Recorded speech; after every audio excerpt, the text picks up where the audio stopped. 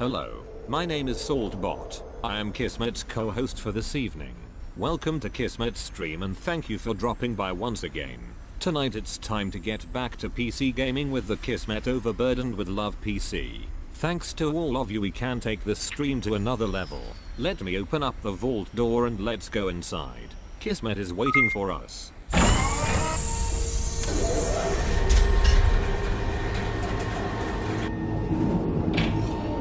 Hey everybody, this is Kismet. Welcome to the stream. Let me know if I sound okay in the stream. I'm always worried about my sound every time. Every time I get in there, I'm worried about it. Thanks everybody for hanging out. Appreciate everybody chilling out here in the stream. I hope you guys are all having an awesome day today. I hope that you guys are chilling out, getting stuff done. I try to get my stuff done. That's what I try to do. I try to do it. But in the case of what we're doing today, was, of course, we're playing some Fallout Shelter. I told you I was going to stream more. I told you going to do more bonus streams, and here we are, getting it done. More bonus stream for you guys. Look at all these awesome people over here. Look, A-Dog already in the channel. I appreciate everybody who is right here. It says, oh, Kismet's on. Boom, and then hits that button. I appreciate you guys big time. I'm going to give some people about 5 minutes to get in the stream, and then I'm going to give all of you guys some bonus Kizcats for just being here right at the top of the stream. Now, we've only got a couple hours today to play some Fallout Shelter. We're doing a mass expansion of our vault. We're going to do part 2 right now. Let's see if our people are all grown up, and then see if we can get our vault going without completely crashing it. All right, let's go ahead and dive right into it. Let's pop over there. Boom! Let me go ahead and drop that backdrop. Let's get the sound going. There we go. So we're going to go ahead and jump in there. We're going to jump into Vault 45 and dive right in. That's what I love to do. A-Dog said, I'm back. Had to fix the double chat. Oh, there you go, A-Dog. Welcome back. And thanks for being there right at the top. Thank you, Dark Angel, for letting me know about my audio. And big thanks to Pika hanging out as well. Oh, we made 3 friends in the wasteland. Oh, I feel special. I got some friends. Now, of course, this is what you want to see. Look at this, baby. My favorite thing to see. Look at that. Holy mackerel. Every single person almost in the vault has leveled up in some way or made me some stuff. Boom. There we go. We got ourselves another strength thing. And we got a whole bunch of stuff to do here. We got some people hanging out outside the vault. We're going to check on them. But first, let's do some clicking. Woohoo! Listen to that vault. Listen to that vault getting boss leveled up. All my peeps here getting super strength up. Lady, where are you going? Where are you going, lady? Stop pulling me away from my people. The only thing I dislike in this game is when it pulls me away from when I'm trying to use my people and I'm trying to drag them. It doesn't matter now. There's aggro going on. There's aggro. Quick, let's pull some other dudes up there. One of the things that I wish that there was a function to turn off. Oh, wait, I'm in the wrong spot. Boop. Bada boom. Boom. Here's where I should be, down here. Sometimes I do that. Sometimes I do that. What happens is, basically what happens is it jumps to the event, which is really annoying. It actually jumps to the event when you're in the middle of dragging someone. It's like, ah, it pulls you off like that. Now, when you're new to the game, then I can understand it. But, oh, what the heck?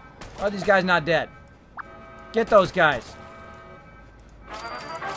When you're new to the game, I can understand it's jumping you to the event so you can see what's going on with the event. But after a while, after you play the game for a while, that pulling away from stuff is really annoying because you're like, ah, they'll take care of it, right? But you're actually trying to do stuff in your vault and like maybe trying to drag your defenders and boom, you get pulled out of there. So one of the things that you got to get used to in the game is that kind of stuff. I'm not trying to make babies. I'm just trying to level them up at this point. All right, they're all running back now. I've got to tell them which one to be in now. And back in perception here. I hear the mysterious stranger off to the right somewhere. I just want to drag. Where is he? There we go. Sometimes it can be a bit frustrating. Just go ahead and roll with it when that kind of stuff happens. Again, just trying to level up all my peeps. Look at that. Look at them caps flowing in there. She actually leveled up, I'm going to go ahead and forget about the mysterious stranger right now because I got to get people... back in their various rooms. So I'm going to go ahead and get these agility peeps back in their room. Like so. I'm going to go ahead and get these perception peeps back in their room. Like so. And so I can get them back to work. Now you might notice that I'm dragging the guys first. Because I'm trying to. Trying to grab the guys first so that I can get at least somebody back into those production rooms, especially here in the training room. Now, I should have 2 more defenders somewhere down here in endurance. Right here. Here they are. Can't get them. I always get the wrong one. There we go.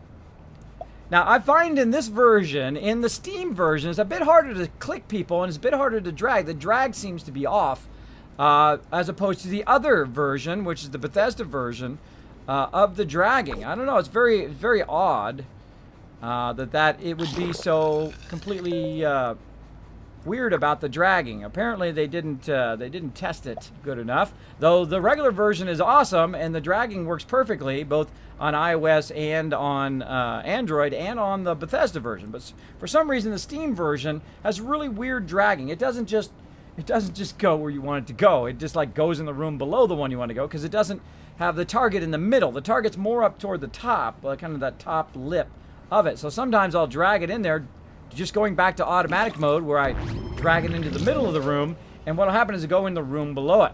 So you got to watch out for that here in this version, though. I do love the PC version the most, though I have played the iOS version the most out of all of the versions. All right, so we're going to go ahead and expand our vault here. We have about 22 people to add, or 23 people to add. So we're just going to click a whole bunch of babies. What we're trying to do is push ourselves so that we can get a whole bunch of stuff going on here in the vault. Now, this is, of course, the moment in which your whole entire vault can fail. Because if you notice, up here at the top, look at my resources. It takes more and more resources of food and water as I add more babies as you go along. Now, notice how the power isn't going up. Now, the power, it doesn't require more power because your rooms require the power. What it requires, of course, is more food and water. Now, I have a lot of very stable food and water. It's getting up to about the middle now. So we're good for right now. There we go. Now we are up to 68. So we jumped from 45 to 68 just that quickly. And, of course, this is, of course, the most dangerous time of your vault. Very, very dangerous. Now, what's the most we can have is 92. That's going to be good. We got Jazz Sands out in the wasteland who is dead. Let's get him going. Let's go ahead and revive him. We went out there for a good 20 hours. Nice job, Jazz Sands. Look at this. Look at all that sweet stuff. All right, bring that back to me. It's going to take about 10 hours for him to get back and get going. There we go. Again, if you do have a question or comment for me, my name is Kismet. You can go ahead and put my name, Kiz or Kismet, in the chat. It'll highlight in red, just like I look up here. This is my chat up here. And I will be able to see it right there in chat. So let's keep going. So what we've done is we've unlocked the whole point of expanding my vault here and kind of pushing forward or doing this mass expansion, which is very dangerous. Make sure you have lots of caps before you do that, is to get to the nuclear reactor. That is kind of my goal, to get to nuclear reactor. Instead of adding a whole bunch of the lower end power stations, which is what I'm going to need to do, I'm going to go ahead and start adding the nuclear reactor to my vault here. Now I need to get all my rest of my agility people out of here in there, so they're working on food. We'll get the rest of our strength peeps out of there and over here, like so. We'll look for some more strength peeps right here. Is this full? It is full. And put that over there. There we go.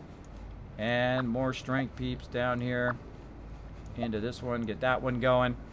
And we've got this girl here who's a crafting person. So let's see what else we can craft while we're at it. Right now we're trying to craft up a whole bunch of strength outfits. There we go. And craft that one. Gonna get that one going. And then we don't have enough power yet down here. We've got to catch up a bit on our power. There we go. We just collected it. When you just collect it, go ahead and rush it right afterwards to see if you can be lucky. There we go. And try to catch up a bit on your resources. How long over here? 1 minute. Let's just go ahead and rush it. There we go. And now some of our rooms are going to turn back on down here, including our weapon workshop here. We're going to go ahead and go buy the weapon here. Switch it the other way. We're going to say buy common, rare, legendary. Can't do any of those. So one of the things I wish it did is it actually sorted it by damage value, which for some reason it just doesn't. I mean, you can kind of do it by time. That's kind of by damage value, but I don't know. It should say damage. You know, you choose like weapon, and then it just flips through to damage, and then you click on damage and the highest damage one. Because of course you want to make the highest damage one. You can't. You don't want to make the, you know, the lowest one. So another suggestion for them. Boom. Let's go ahead and do that. She's already got an agility outfit on. Do we happen to have another agility outfit? Let's see. Right here. Anything better? No. She's already got a +2. All right. All right, looking good. Looking good. So we got those people back in there again. Let's go ahead and get our full crew back up and running again. Let's get all of our people. Wait, actually, I think we're probably full on stem packs. Oh, no, not full yet. Not full. And I like to get full on stem packs, and then I'll have my stem pack people do something else, because you don't want them just sitting in stem packs. If they're just sitting in stem packs, when you have full stem packs, you're just wasting them. They are just wasted in there, because your stem packs are just going to disappear. Just like if you have 999,999 caps, any caps you get, other than a lunchbox, by the way, will not go past that. You'll automatically lose those caps. So you never want to be hitting that limit all the time. You want to spend some of that cash. Otherwise, you'll be hitting that limit constantly. And the same thing with stem packs and rataways. The second you hit those limits, just pull your people out of there. Have them doing anything other than that. Even just sitting and training is better than them doing that. All right, there we go. We've caught up on that. Now, what we want to do is we want to swap this room out here. So we're going to go ahead and grab all of these peeps and drag them just down right here for right now. Oh, he has max agility? No, he's max strength. See how I dragged him in there? I bet you some of them are going to end up in the strength room because he just said that was max. There's a mysterious stranger. Let's grab him. Yeah, look. Look how they're all ending up in the strength room, even though I dragged them into this room. That's annoying. That's annoying. That so needs to be fixed. Pull him up there because it doesn't do him any good. He's max. So there's no good having him in there. All right. Now, what I'm going to do is, because I have this elevator here on that right-hand side, whenever I start to talk about something, something happens. Such is this game. Get that rad scorpion.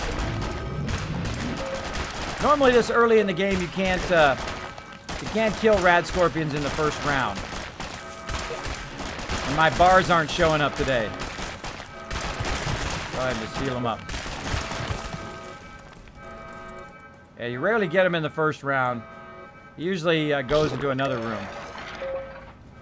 Right down here, we only got one person in there. Now here's a little trick. If you want him to move again, just pull her out of the room. Now what'll happen is he'll go ahead and move out of that room, and he'll move into another room. Just like that.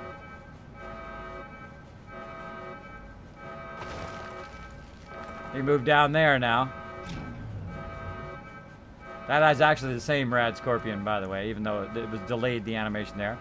Then again, wait for it again. Now look at it eating all of my power up here. Now we're going to have to restore all that power again. It's going to be tough. I've got nobody in power right now, so our whole entire vault's going to shut down here at some point. And we're going to have to recover. There we go, right up here. Let's see if I can get some of these peeps over here. They want to go into the right room. Oh, that's so annoying. See, even if I put my cursor in the middle of the room, it's thinking it's the room down here. It's because I'm at a certain zoom level. Now, if I was zoomed all the way in, like this, it might be okay. Right? But I've got to be able to zoom out and drag a bit. So hopefully they fix that very, very soon. So again, what I was trying to say here was basically this elevator right here is going to make it so I can remove this room. If I didn't have this elevator here, I'd have to actually remove, if this was right up against this, I'd have to remove my overseer's office and then take out this room, which totally sucks. Now, if you got a kid in there and you take out the room, don't worry, they'll be okay. They'll be okay. They'll automatically appear over here eventually. Now, what I want to do is get rid of that, and I want to go ahead and add my nuclear reactor.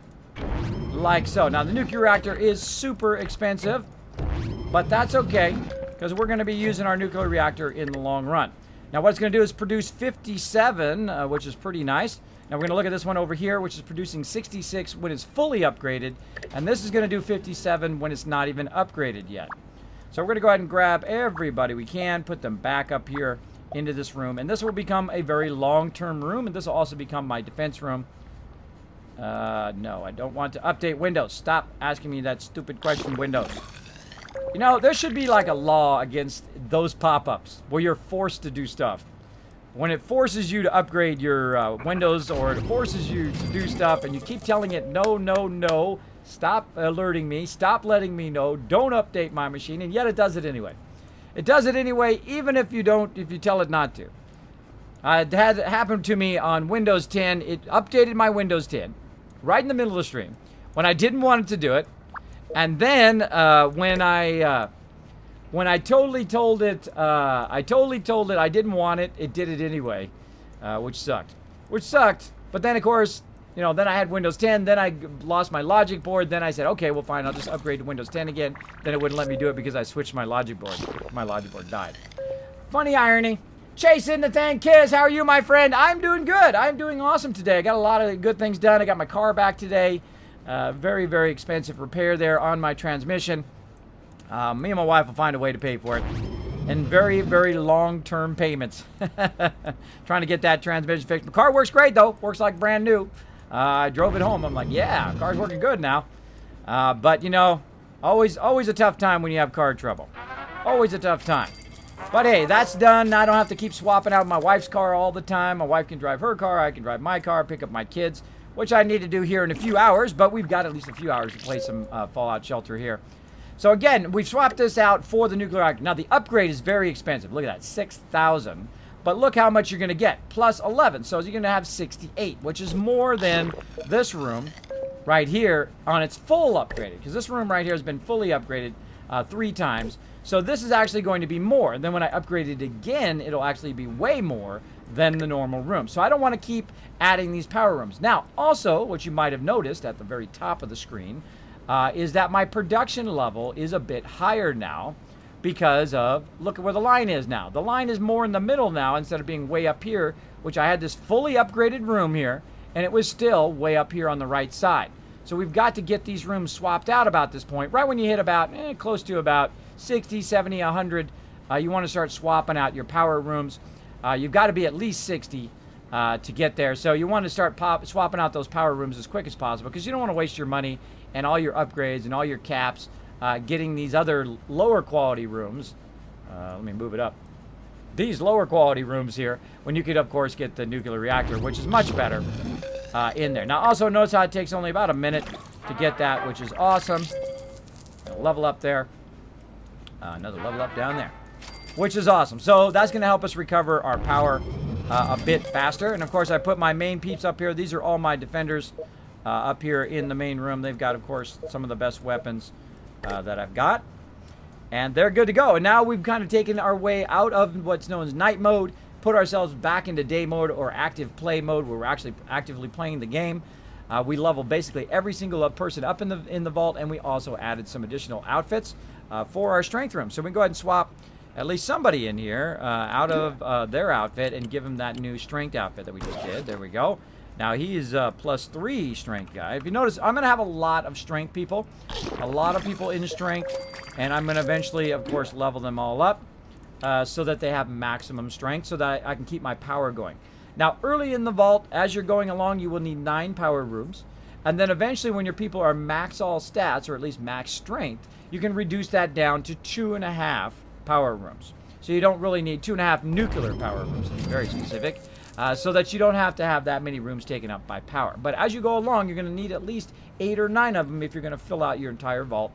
And then eventually, of course, when everybody is max, when you have at least 3 rooms of people or 2.5 rooms full of strength people to maximum, you can then kind of reduce the amount of power rooms that you have. Because they're going to just be producing it faster as opposed to having more, which is producing it slower, right? So you can have a lot more. You can have 10, you can have, 10 rooms of something and have really low quality people in there. Or you can have high quality people in there and have have smaller amount of rooms or not as many rooms. All right, those ghouls are back again. Here they come. They're going to go ahead and attack my thing. Let's get the A-team on the job. Go do it.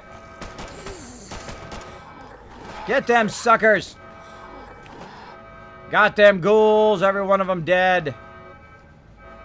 Yay. Way to go, A-team.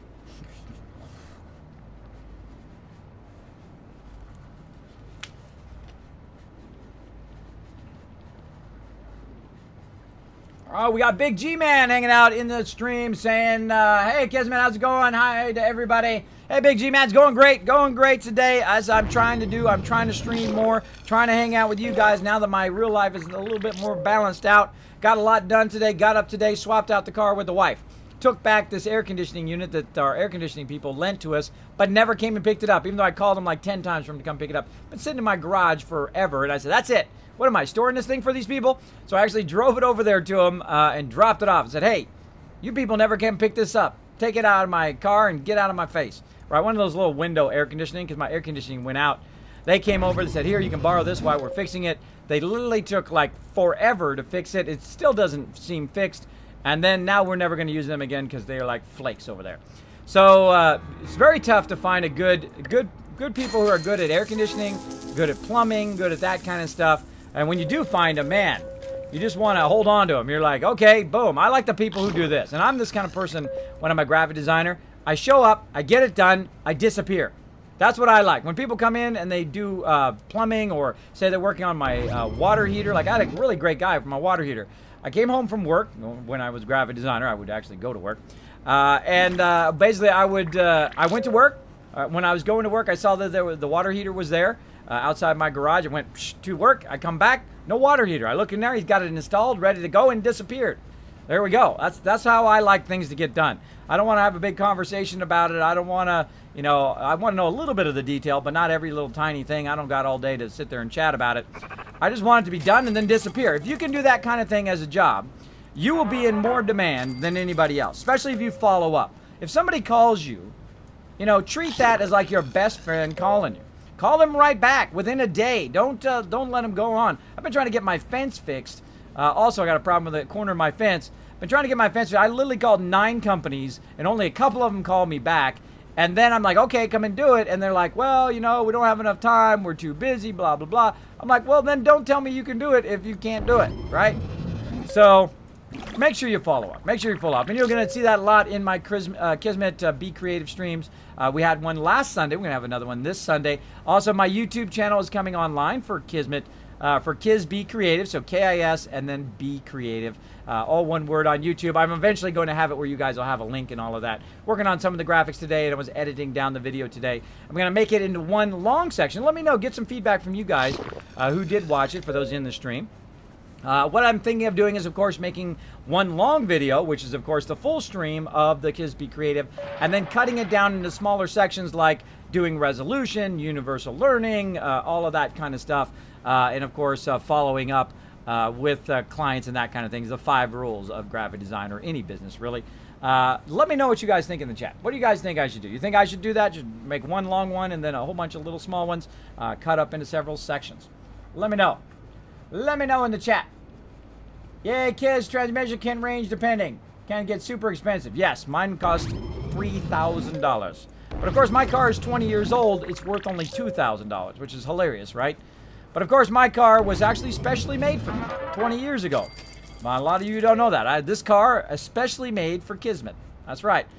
Back in the day, when I was a graphic designer, I was making big bank, baby. Making that big bank. And of course, I had no children. I was not married. I had no responsibilities other than to spend money and have a fantastic time. That was my 20s. And I was, of course, on the top of my field at that time. We got lucky just getting a great job doing what I love to do every day. Of course, you know, I've been doing it since I was 8 years old. I've also been a computer since I was about 7 years old. So, of course, I was about 10 years ahead of everybody else at the time. So it really gave me an advantage over everybody, which is pretty amazing. If you can find a job and be so far ahead of everybody else, that's when you'll be in high demand.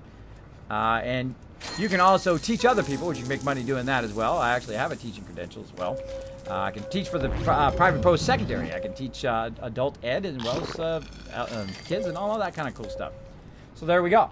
So basically what I did was I bought this car. And I said, that's it, I'm going to buy myself a car, right? So I go over to my credit union and I say, I want to buy a car. So they didn't have it at the time. They didn't have a convertible version of my car. So I said, you know what? When the convertible version comes out, let me know, because I've had a convertible for 25 years now, and I had a LeBaron convertible previously. And then I said, okay, well, when it comes out, let me know. So they said, hey, they came out with a convertible version. I'm like, oh, awesome. You know, a couple years later, and I said, okay, go ahead and order it up. I didn't even ask him what the price was or nothing. That's how incredibly much money I just had sitting around in the bank at that time, because I didn't really spend my money other than to go to the river or do that stuff, because I was always working all the time. I was a workaholic. I didn't work for money. I worked because I loved to do it. There's a huge difference when you work for what you love to do versus when you're just doing it to scrape by. Now, of course, hey, I've had those jobs where I was scraping pennies by too, you know, in my early or late teens, early 20s. Until I did luck out and get to the kind of like dream job, at least for me it was. So then I ordered this car up. They delivered the car. I went over there to pick it up. I was about to sign the thing, and she was getting the paperwork ready. She goes, hold on, I got to get all this paperwork ready. I said, okay. I said, let me go look at the car. So I get the key. I walk out there. It is totally not what I ordered. Totally the wrong thing. I don't know how you screw something up that big, but man, they screwed that up big time. And the funny thing is, I was going to get it on Valentine's Day, and then I was going to pick up my wife and, or my girlfriend at the time. And I was going to pick her up, and we're going to go for a drive with the top down and have a great old day, right? Maybe go out for the weekend. We're gonna go maybe down to San Diego or something, and just have a fun time. Nope, not gonna do that. My wife was there with me, or my girlfriend at the time. Again, wife now. Wife for 20. Been together 25 years. So she goes, I knew you weren't going to get it the second you took it back off your key ring. Because I already had a car, right? And I could take it. I took it off my key ring where I had my other car and my other house keys. I took it off and I laid it down. I go, this is not what I ordered. I'm not paying a cent of this car. I said, I told you exactly what I wanted. You told me you could get exactly what I wanted. And you have not done it. So the manager hears this behind me, right? The manager comes up, okay, what's going on over here? What's going on over here? I go, you ordered the wrong car. I told you exactly what I wanted. I never take anything that I don't want. Here's what you don't want to do in life. Do not get stuff that you don't want, right? Do not get it, because you'll just regret it for every moment that you have it. If you go and buy the cheap vacuum cleaner, the $50 one, and you say, man, I should have got that $150 one, right? Or whatever it is, the cheap toaster, the cheap microwave with low power, and then it's like your stuff is really not cooking well, instead of getting the more expensive microwave, which has more power in it, which means it's going to cook your food more evenly, or stove, or whatever it is, washer, you name it. Never get anything that you think you're going to regret later, right? And if you get it and you have it within 30 days and you regret buying it, take that sucker back right away. And that's what I did with that car. I literally laid it down. They had trucked it in. And I literally laid it down and said, I'm not buying it. There ain't no way I'm going to buy it, because I never buy anything that I don't want. So the manager comes over and says, hey, look, I don't know if they have this what you want yet, but we're going to make it right. We're going to make it right. So he dropped $800 off the price and said, we will order it directly from the factory just for you. And I said, make it happen, and then I'll pay for it. But before then, I'm not doing any more business with you guys. And every person I talk to, I'm going to tell them how you screwed up my car. Still talking about it 20 years later, right? So they totally screwed up my car. By the way, I'm waiting for my resources to get caught back up again. So they totally went and ordered a car, and it said, this car especially built for Kismet. They built it just for me from the factory. And then it was delivered, and it was what I wanted. And then 20 years later, car's still running. Still running, except for the transmission went out. But the weird thing is it went out after 150,000 miles, which isn't a lot. That's not a lot for a 20-year-old car. For the last 10 years, I've barely driven the car because I have my wife's car, and I also have vertigo. So I can't really drive very far. I can drive, to the gym. I can drive to the store, and I'm okay. Usually if it's less than about 20 minutes, but if I get further than 20 minutes, then it gets very difficult. I have to really super focus. I have the radio off, and I'm super focused on not crashing. It is very, very difficult. Very, very difficult. So that's why I don't drive very much anymore. But got the car fixed, running like brand new now. And the funny thing is I also, another side story on the same thing, is I had covered it because I wasn't driving it very much. So I had covered the car up with this cover that I bought when I first got it. I rarely ever used it. But here in Tennessee, it rains all the time and sleet and all that stuff. So I had covered the car up. Well, the big problem with the car was it got stained all the way down the side because I left it on there. So all the stuff had got on there and done that. And I found some stain remover, right? This lady had approached me while I was getting some gas. It's kind of an involved story. But while I was getting gas, and she's like, hey, I can take that off the side of your car, because she was like sitting off to the side. I was like, yeah, I've tried everything. I've tried everything in there, and it will not come off the side of the car. And she goes, oh, yeah, it will. I can show you. And I said, okay, well, don't ruin my car. Go ahead. So she sprays it on there, and she literally wipes it right off. And I had tried everything under the sun, all these different types of cleaners, all this different type of stuff to get those stains off there for like the last year. She literally just like, hey, Bora, high five. And I said, I don't care what that is. I will buy it. I don't care how much it costs. Give it to me now. And I had just started to take those stains off the side of my car. It was about, about that far. Just started to take it off, and then my transmission goes out. So I thought, well, I'm not going to, take the stains all the way off the car and fix the car all up if it's going to be broken down. So now I've got to get back out there and do that. By the way, you will see that on my IRL channel. I'll show you exactly what I use to get the stains off of there. I've actually detailed my wife's car which has about 10 years of kids' dirt and grime and all of that stuff in there. I detailed it, and it looks brand new. Brand new again. So I'm going to show you guys how to do that, take 10 years of dirt out of there. That'll be in my Kismet IRL channel. I'll also show you guys how I lost 40 pounds and getting better every single day. So I got 3 channels going to be going now on YouTube. My gaming channel, of course, Kismet BP, which is right there, which is also partnered with Curse Union for Gamers. So that is an awesome channel over there, as well as my 2 new channels, Kismet IRL and Kismet Be Creative, or Kiz Be Creative. I just made it Kiz so you don't have to type out Kismet every single time. So Kiz, K-I-S, Be Creative. So little shout outs to those channels, which are still being made and still working their way up. Just only so much time in the day. All right, so we've got all the way back to maximum power. That's what I'm kind of waiting for, so I can start to fool around with my peeps. Now I'm going to go ahead and collect all of that. Normally I would sell the common items, but in this case, I want to go ahead and collect it so I get it in my kind of little thing over here. All right, there we go. Oh, we're getting those caps. What was it? What was the reward of that sucker? I thought it was something good. Oh, another Mr. Handy. That's right. Raise the charisma of 5 dwellers. Skipping it. Not going to do it. 6 mole rats with no casualties. We could do that. We could do that. Like so.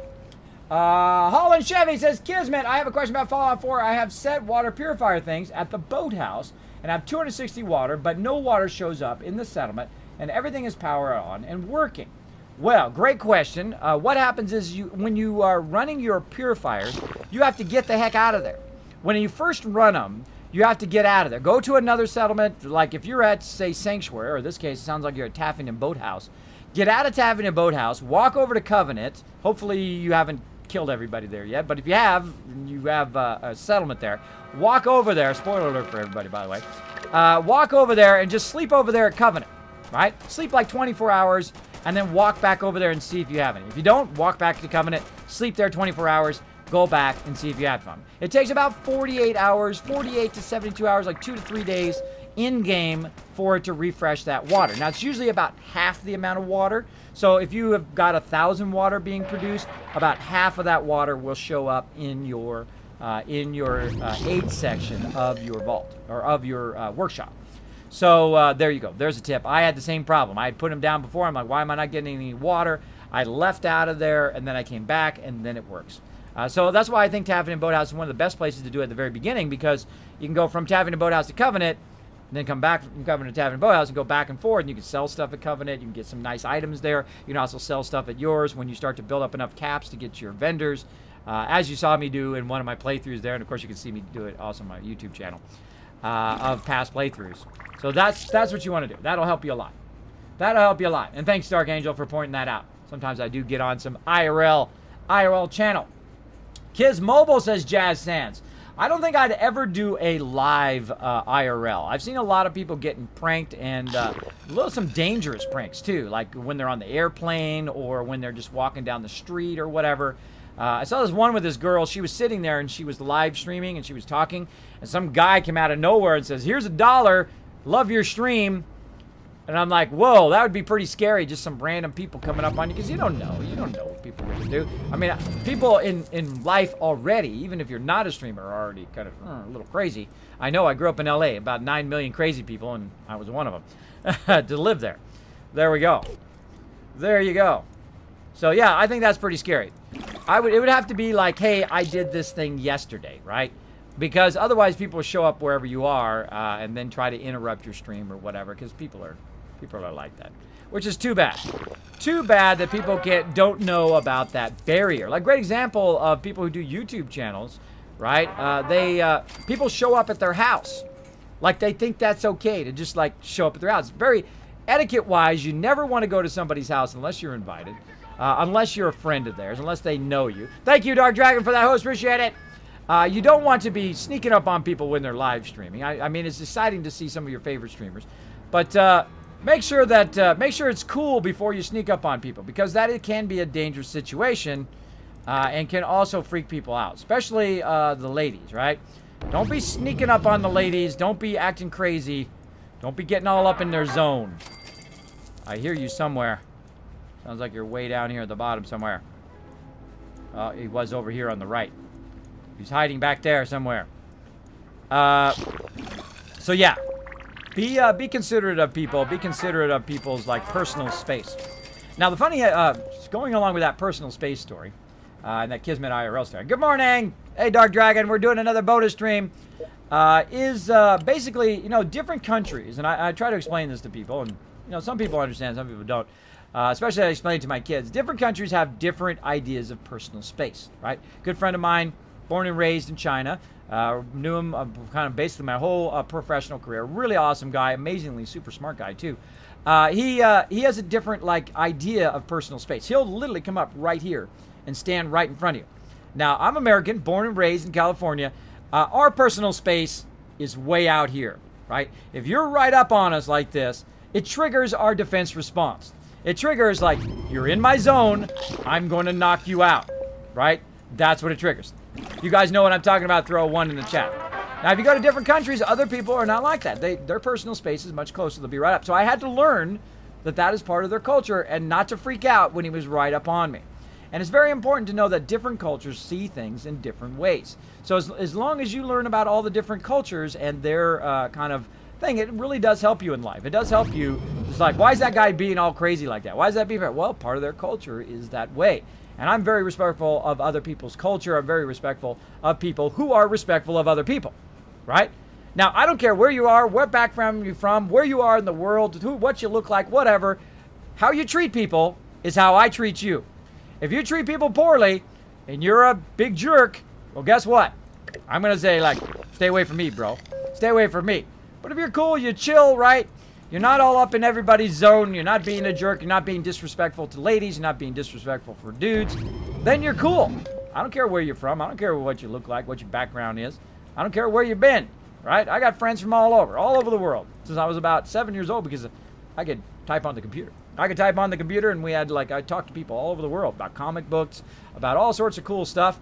Very, very lucky to be exposed to that. Now, have I traveled all over the world? Absolutely not. I'm not a great traveler. I don't like to travel that much. I like to travel for about a week, and then I'm good. I'm good. It's like going in the snow. I'm good for a couple days in the snow, maybe a maximum of a week, and then I'm over it. Want to be home. I want to be home, relaxing, taking it easy.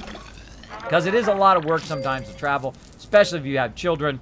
To travel anywhere, to go anywhere. And if it's just me and my wife, it'd be probably kind of fun, more fun. But when you're traveling with children, you're traveling with family, you're traveling with extended family as well. Very, very difficult. Chase knows what I'm talking about. Dark Dragon knows what I'm talking about. My bubble is bigger than that being a combat vet. There you go. Exactly.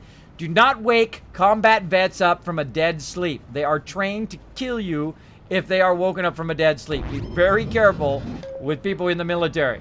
I have learned that, and I actually had someone tell me that. He said, do not just scare me while I'm sleeping, because I'll go right into combat mode. So be very wary of them. And of course, treat them with respect. They're the ones defending, I don't care what country you're in, treat your military with respect, because they're the ones fighting for the people who can't fight for themselves, right? And my family is a military family. My wife's family, very long time military family as well. So, so respect them. Respect them. Show them that love. Only wake us up if you have a death wish. Exactly, Dark Dragon. See, I called it, right? I called it. Yes, I did learn that lesson. Somebody is calling me. I don't know who it is, and I'm not going to answer it. Too bad. Leave a message. I'm busy playing a game. I'm busy streaming right now.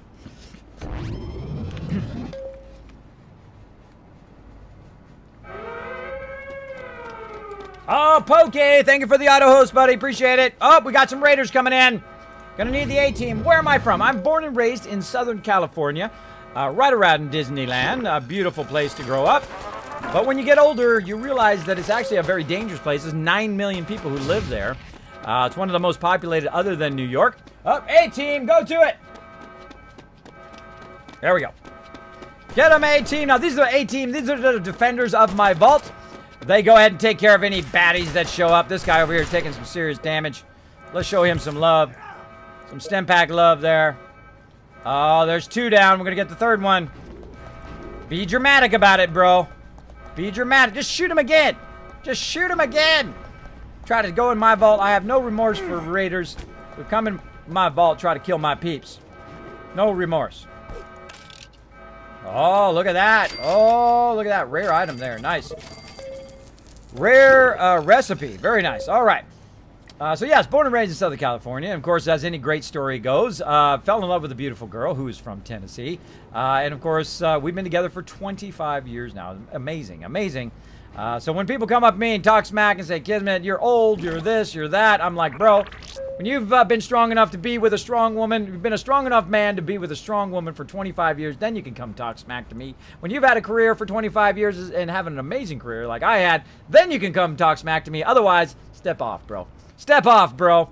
Because the great thing about being my age is I don't care about all that stuff I used to care when I was 20. I used to care about what everybody thought. I used to be very shy and introverted and all of that kind of stuff. I used to care about that stuff a lot. And you know what you do at some point in your life? You get over it. You know what? If you, like right now, some of you, I'm sure, some of you are in high school, some of you are younger, some of you are afraid to ask that girl out, right? Here's what you do. A girl is just like a guy in most respects, right? They just want to be treated with respect. They want to be approached in such a way that you're not creepy. Just walk up there and say hi, whatever their name is. Say hi, Susan, or whatever. And girls, you can do this too. Ladies, you can do this too. I tell my girls, it's a whole different world now. You can go up there and you can ask guys out if you want to. Just go up there, say hi, whatever their name is, and say, hey, would you like to go to the movies on Friday? And if they say no, maybe you like their friend. Ask their friend too. Now, some people think that's being weak, that's you know, showing your less value. You know what it is? It's leveling yourselves up. The more you ask somebody out, and I eventually learned this, the more you ask somebody out and they say no, cha-ching, cha-ching, you're getting that level up. You're getting less afraid of asking people out. And eventually, like me, hopefully, you will find the one and you'll be brave enough to ask that person out. I was so afraid to ask my wife out. I was still afraid, even though I'd asked people and I had some crazy girlfriends along the way, and I've had people say no to me as well. Of course, most of them said yes, which is nice because I just act like, hey, well, how's it going? What you doing? Don't be creepy. Be respectful. Walk up there, just say, hey. You'll know in an instant whether they want to be with you or not. They're lost. If you're a good person, they want to go be with the jerk guy. They want to go be with the crazy lady. Boom, off they go. Let them go be crazy, right?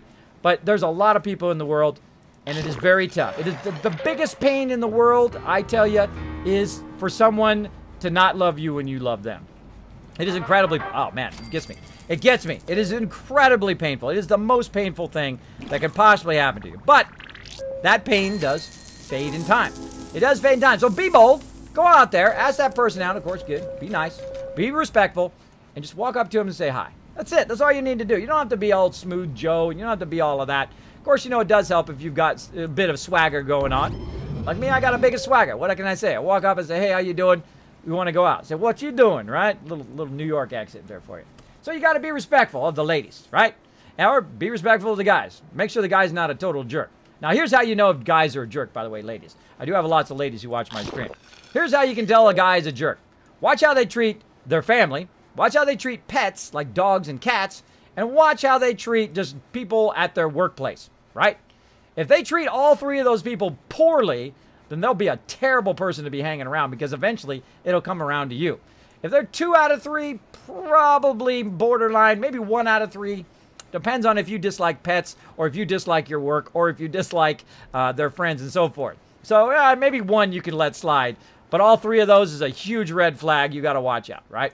So there you go. So watch out. Again, I don't judge people on where they're from or what their background is. I don't really care as a matter of fact, unless it's a cool story. If you got a cool story of your background, then I want to hear about it.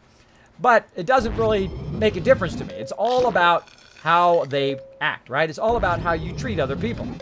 And I think when it's all done and over, you're gonna have to pay the toll of how you treated people in your life, right? For me, I'm good. I'm good, bro. I treated people really good in my life. Whenever people come to me and help me or ask for help, I help them. And when people say, "Hey, Kismet, boom, I need your help," man, I'm there. 3 o'clock in the morning. I don't care. I don't have to know the real reason. It's like, Kismet, I need your help. All right, I'm there. If I gotta fly there, I'll fly there. I'll do it. Case in point. Did that last March. Boom, flew there, helped out a friend, got it squared away, flew back. Here I am, just like that. That's the type of friend I like to be. Now, of course, it's your life. They're your decisions. You can make them however you want. Just some suggestions, right? I don't like to tell people what to do. I give suggestions. It is totally your life and totally your decision. But that's sometimes what we talk about here in the stream. We talk about the IRL as well while we're waiting for stuff to process here. while we're waiting for stuff to process. All right, we've got a whole bunch of stuff in here. Let's get back to gaming. Talking about IRL a little too much here at the top of the stream. But I love to. I love to talk about that. Hopefully I inspire some of you guys out there. I have had people in the stream that I have inspired to ask out that lucky girl and lucky guy. And they come in. Kismet, I asked them out. They said, yes, I went out and we went out at a great time and all of that stuff. I'd love to hear that. I love to hear that. Super great. Super great when that kind of stuff happens. Give those people a little bit of advice from somebody who suffered from the same thing, was horribly introverted when I was in my in kind of elementary school and into middle school. Now, middle school for me in California, we had kindergarten through 6th, and then 7th, 8th, which was middle school, or junior high school, they called it. And then, of course, high school, which is the last 4 years, 9th through 12th. Here in Tennessee, it's very much different. In other places, it's different. Let me know how yours is broken up in your local school system. Is it broken up by, 1 through 3rd, 4 through 6th, 7th through 8th, and 9th, 7th, 8th, 9th? Let me know in the chat. I'd be interested to know. Nice. I live in Hemet. Oh, in Hemet. That's right. Yes, the great retirement area of California. They sold a lot of retirement homes there. I remember actually when that whole area was being built out. They were building that out, and they were selling those retirement. And of course, I already drove like an hour worth to work every day. I did not want to drive another 2 hours on top of that. I'd never see the girlfriend at all, because I'd be like 3 hours there and 3 hours back, and then I would work like 18, 20 hours every day anyway. So I would have negative hours left in the day. So yes.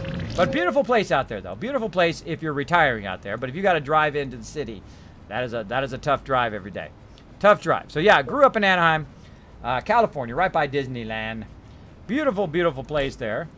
Great place to grow up because I love the beach, right? I'd be at the beach all the time. You had to literally crowbar me out of either a pool or a beach my entire childhood. Love going surfing, which I call mostly falling. And then, of course, boogie boarding and going out to the river, taking boats or sea-doos. And then, of course, wakeboarding and all that kind of fun stuff. Super, super fun. Did a lot of that. Spent probably a good part of the fortune that I made as a graphic designer on doing all of that fun stuff when I was young. Because, hey, who thinks they're going to live forever when they're in their 20s, right? Who thinks they're going to get past their 20s when they're in their 20s? They're just having a good time. Having a good time, going out there. And I'm glad I did that in my 20s, because now if I'm doing that in my 40s, right? If I'm doing that now, everyone's looking at me like, what's this guy doing here? This old guy out here getting crazy, running around with a whole bunch of half-naked people in the river, having fun. That's kind of weird when you're older. I mean, you can still do it when you're older, I guess, if you're super rich. But eventually you get over that stuff. You have to do all the partying and craziness when you're young because you're invincible. You can live forever. Then when you get older, you're like, been there, done that. Been there, done that. I don't need to do that anymore. I got the wife and family now. All right. I should be doing something. Oh, I'm clearing out the things so I can bring some more stuff in. That's what I was doing. All right, so let's clear out some outfits here. What do we got? We can go ahead and get rid of this one. Let's go ahead and scrap all of these. Now, at some point, I start to scrap as opposed to getting... I'm just going to scrap that one too. As opposed to getting caps for it. Because I'm getting tons of caps right now. And I'm just going to go ahead and scrap all these so I have some room in here to bring in my people.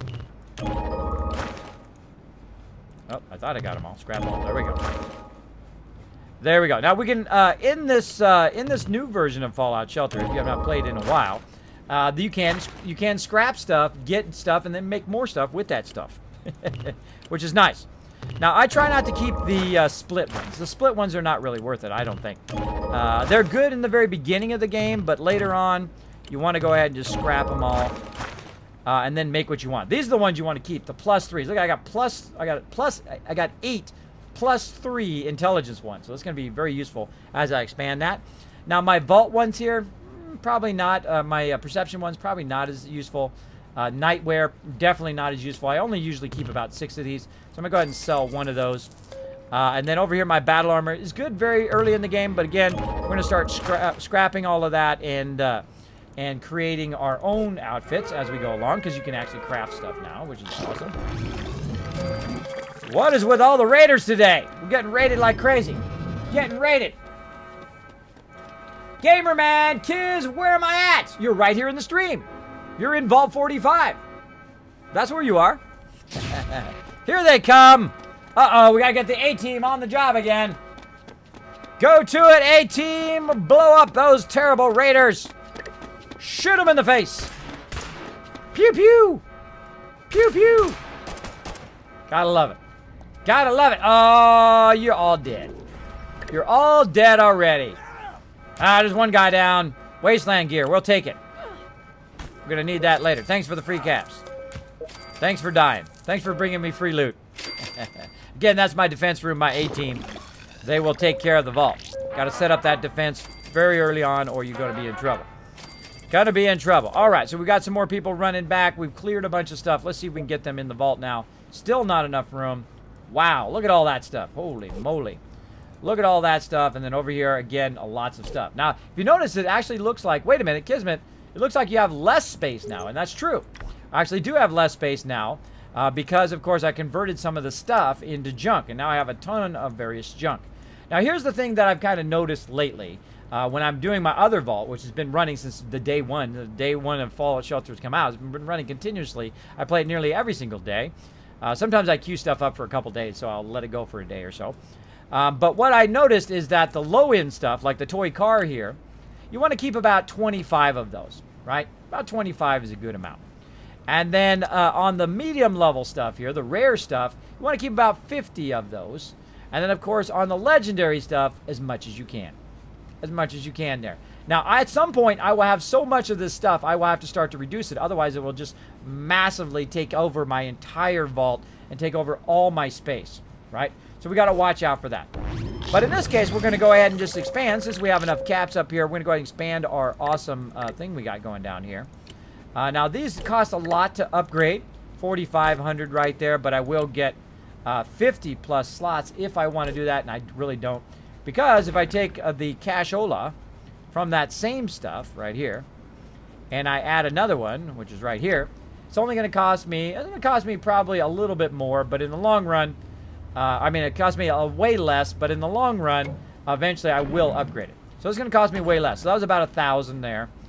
And then again, storage room, another 1,000, storage room, boom. About 3,000 total there to get that next thing. And that's going to give me a whole bunch more room. There we go, about 50 more, 35, 50 more in the long run. Get those stem packs. Let's see, we're back to full stem packs again. We are back to full stem packs. That's some leveling up. And when we're back to full stem packs, then we're going to go ahead and pull them into rataways. Make sure that we have maxed that out. And then actually I'm going to burn some rataways while I'm at it because I know that, wow, they've already kind of mainly healed all the way back up again. So notice how all my radiation and stuff has gone away on most of them. There we go. And now we should be able to bring them in. See, now that this button is not kind of a burgundy color, the collect button way over there on the right side, I'm going to bring all that in. And again, go ahead and bring him in. Now, of course, we want him to do something right away. We're going to go ahead and put him in endurance. And we've got another guy wandering around here somewhere. We can find him. There he is right there. How convenient. Nice and close. Put him in there. All right. Now, of course, we got another round of stuff that we need to go through. And again, the rest of this stuff I'm going to go ahead and just sell. Keep anything that's about 5 and above or 4 and above because I'm going to have a whole bunch of new settlers growing up here soon. And then I'm going to go ahead and give them all of these weapons. I hear the mysterious stranger again. Sounds like he's on the left side this time. Door up. Right there. Oh, we hit the jackpot. Nice. Got 2,000 back there. 2,000 back. 5 retweets dealt. Thank you so much for that retweet, everybody. You got it. What part of Tennessee are you from? I'm not from Tennessee. I'm in Tennessee. There's a difference. My wife is from Tennessee. My kids are the 6th generation, born and raised in Tennessee. Basically, I'm from East Tennessee, or I'm in East Tennessee. My wife is from here, not me. So I'm from California, moved here about 12 years ago. 12 years ago, very mellow, very thing. For the first, I'd say 5 to 6 years, my home was still in California. I've considered that my home. Eventually, I might have moved back there. But eventually, over time, I have gone back to California. I've spent time there, both at TwitchCon and other things to visit people and so forth. My family is also still back there, my extended family. And I just like realized it's no longer my home. My home is right here, wherever my wife is. Wherever my wife goes, that's where my home is.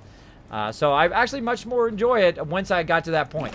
Once I got to the point about 6 or 7 years in, I'm like, okay, this is my home now, right? Because a lot of you who've lived somewhere for a very long time, you consider that location to be your home. But really, You can have your home anywhere in the world.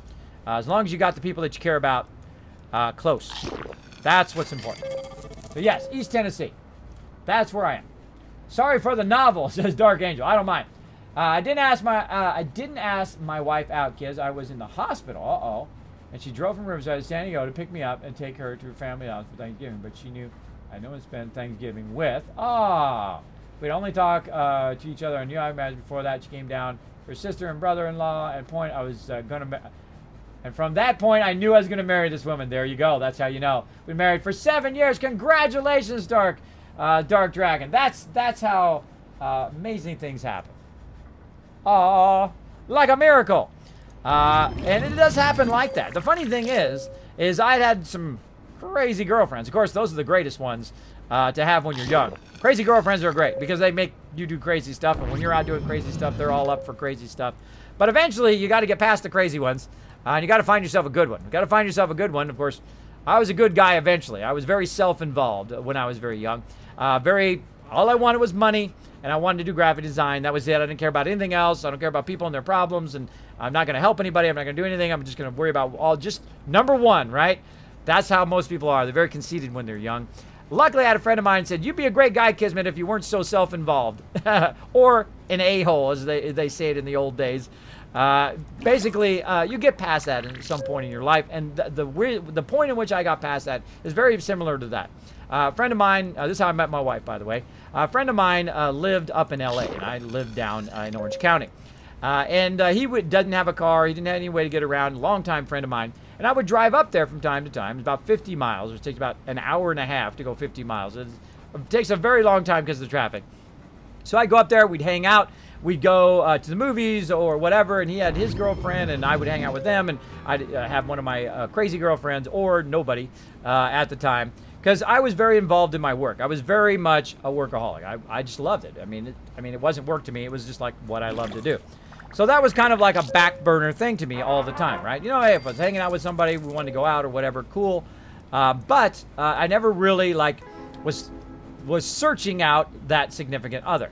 Well, my friend needed a ride with him and his girlfriend to the movies. And I said, okay, I'll come up there. We'll go watch a movie, whatever. And they said, oh, well, I invited this person that we met on the bus, who's a really sweet person, right? So I'm like, okay, cool, whatever. So, boom, I'm driving by the movie theater. There is my future wife standing right there, and I knew it in that moment. I knew it in that moment. And it is, you can't tell people this. If it didn't happen to me, I would say you were lying. Because there is a moment in your life that you know everything is about to change. That your life is about to, not just about yourself. That you're about to bring somebody else into your life. And some of you know what I'm talking about. Some of you have been there and done that. Some of you like, BS, Kismet. No, there's no such thing as love at first sight. There's no such thing as that. It's never going to be like that. Oh, yeah, there is. Oh, yeah, there is. I know it because it happened to me. And if it hadn't happened to me, I would be just on your side, too. I'd be like, you're full of it. You're full of it. But sat there, watched the movie. She shared her popcorn with me. We chilled out. We talked for a whole thing. And then after that, my friends are like, you know what? We hooked you up. We knew that she'd be someone for you, right? And they were right. They were right. You got to give them credit. They were right. She was the one and only.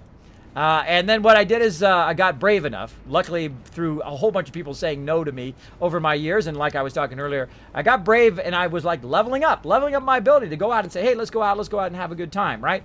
So my friends, I dropped off my friends and she said, hey, drop me off at her house. I was driving her back. And I said, hey, would you like to go out for Valentine's Day? And she goes, okay. And then after that, we talk on the phone for hours, even before we went out for hours, and just know about graphic design, because she's a graphic designer as well, talking about life and all of that kind of stuff.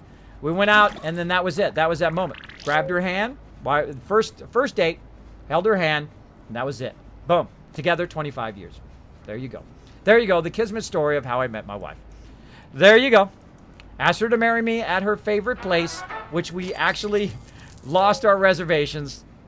The Kismet life, I tell you, there's always something like some problem that I have to solve. Lost our reservations to where we were going to eat a really fancy restaurant, but I still asked her out. I still asked her to marry me anyway, we ended up, of course, being married all this time. There you go. So there you go, a Kismet story, a little IRL story for you guys. I do get up on my soapbox sometimes. Sometimes I do talk about IRL on this channel. Why I'm kind of waiting for stuff. Why I'm kind of doing other stuff. All right, so we cleared out all of that stuff. Let's go ahead and clear out these extra outfits again. Let's go ahead and sell this one. Let's keep that one. We're definitely going to use that one. Let's go ahead and recycle this one. Now, if you do like those IRL stories, go ahead and put a 1 in the chat. Say, Kismet, hey, I love it when you talk about that kind of stuff. Because, you know, hey, life isn't just about gaming, though. It is pretty fun to play some games right now because this is like a gamer's renaissance right now. A lot of awesome games out there. Notice I'm keeping all the +3s and some +4s here. Keep all of those. You're going to need all of those babies. Gonna need them all. Oh, we got a fire in the vault. Do we have anybody close enough? Nope, that is going to spread. So we're going to try to preemptively get some peeps ahead of that so that we don't get into too much trouble. We don't get into too much trouble. Oh, she held it. So what I do is I send somebody in there to see if they can get there in time. If they can't, I also send people into the other rooms. Come on. I send people in the other rooms about where it's going to spread to, right? So this one's going to spread to the right, up, and down. Well, I've already got people at the up area. And I'm going to go ahead and was going to send somebody in here next. But we got it. We got it contained in there. Once you have it contained, you only need to use one person to contain it. Then you can send all your other peeps in there to help contain it. Of course, keep collecting your resources while that fire is going on. Doing good. MSKCP has dropped the Dragon Hammer, crushed that follow button, became part of the Kismet Army. Welcome, welcome. Thanks for hanging out in the stream. Thanks for hitting that follow button. Thanks for hitting that follow button. Did the audio just cut out for a few seconds for anybody else? I hope it didn't. I hope it didn't. Sometimes it can. Sometimes it can. We call it a Twitch glitch. All right. Now notice how long that's taking. It's taking a really long time because my rooms are way upgraded. Way upgraded.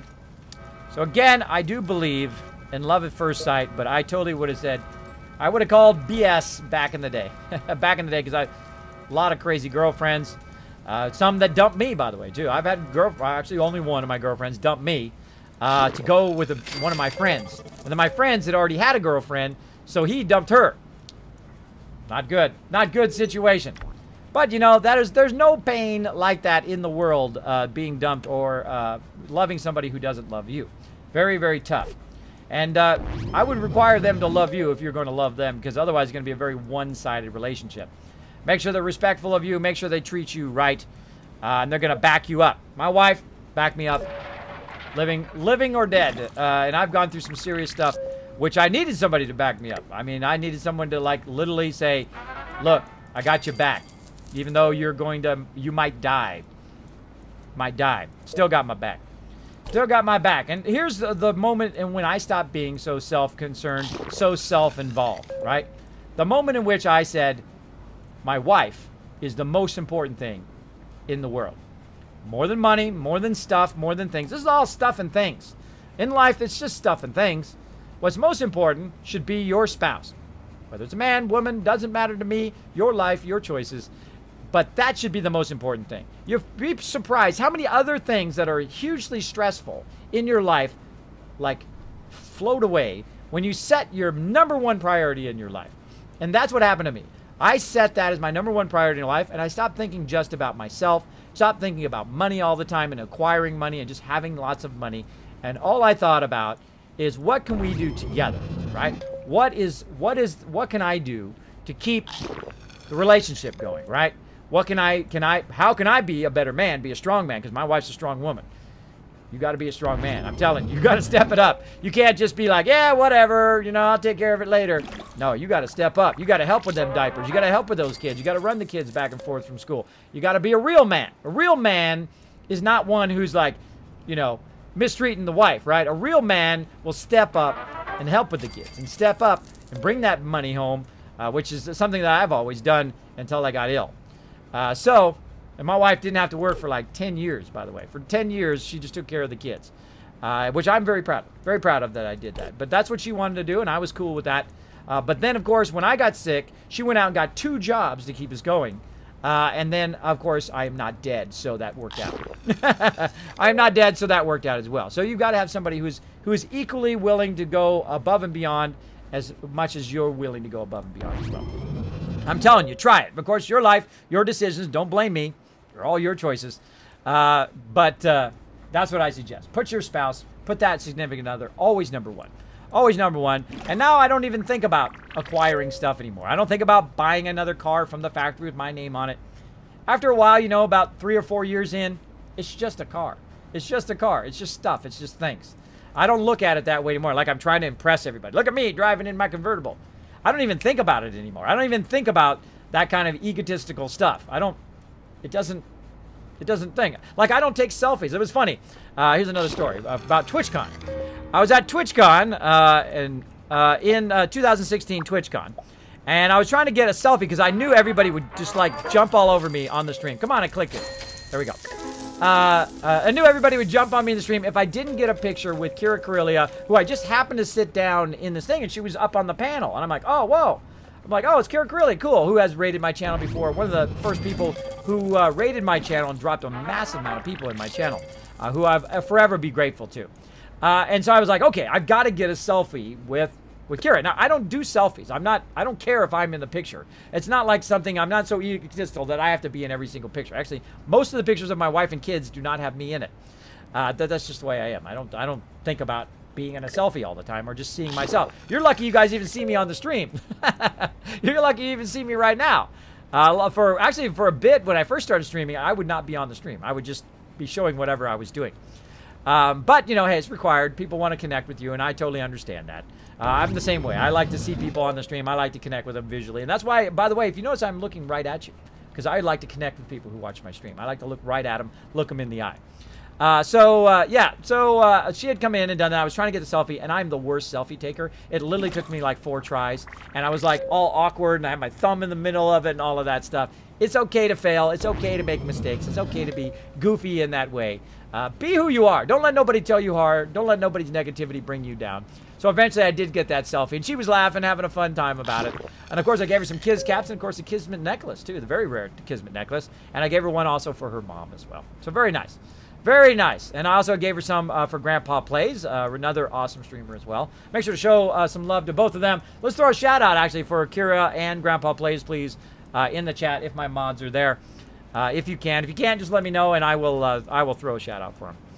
Awesome streamers, by the way. So there's my very non-self-centric story about TwitchCon. So I'm terrible at selfies, but I get better over time. If I really wanted to be good at it, I would set it up and get the selfie stick and all that. But I was just holding it in my hand. Had to get one. I should have got one with this guy who was all dressed up as the Mechanist. Oh, such a good costume. Such a good costume. Now, I don't wear costumes. I'm not into cosplay. Like, I'm not going to go get all dressed up for TwitchCon. Unless, I don't know, somebody makes me an outfit. Maybe then I might do it. But I'm not totally into cosplay, but I do appreciate the artistry and the effort and the time that it takes to do something really well like that.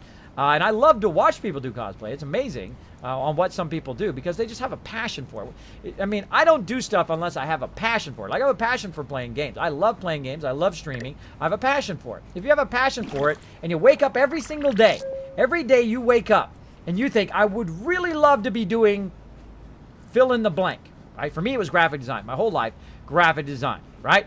And then lately, streaming and doing gaming, right? That's what I would love to do. Now, for the second part of my career here, that's what I would love to do every single day, all day. And if I could turn it into a career, if I could actually make some money, I'd take every penny and I put it right back into the stream right now. So just trying to build it up. But if someday I could actually be employed, being a pro gamer, pro as in a full-time streamer, probably better way to do it. That's what I'd love to do. And again, I'll chase that passion every minute of every day. And even if I fail, now we'll talk about failure in a second. But even if I fail, I will do it. I will keep going anyway.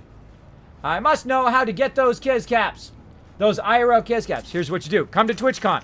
Come to TwitchCon, and I will get you a ton of these IRL Kiz caps. Now, I'm also trying to get it where you guys can get a packet of Kiz caps and that kind of stuff as well. If you do subscribe at a certain level at my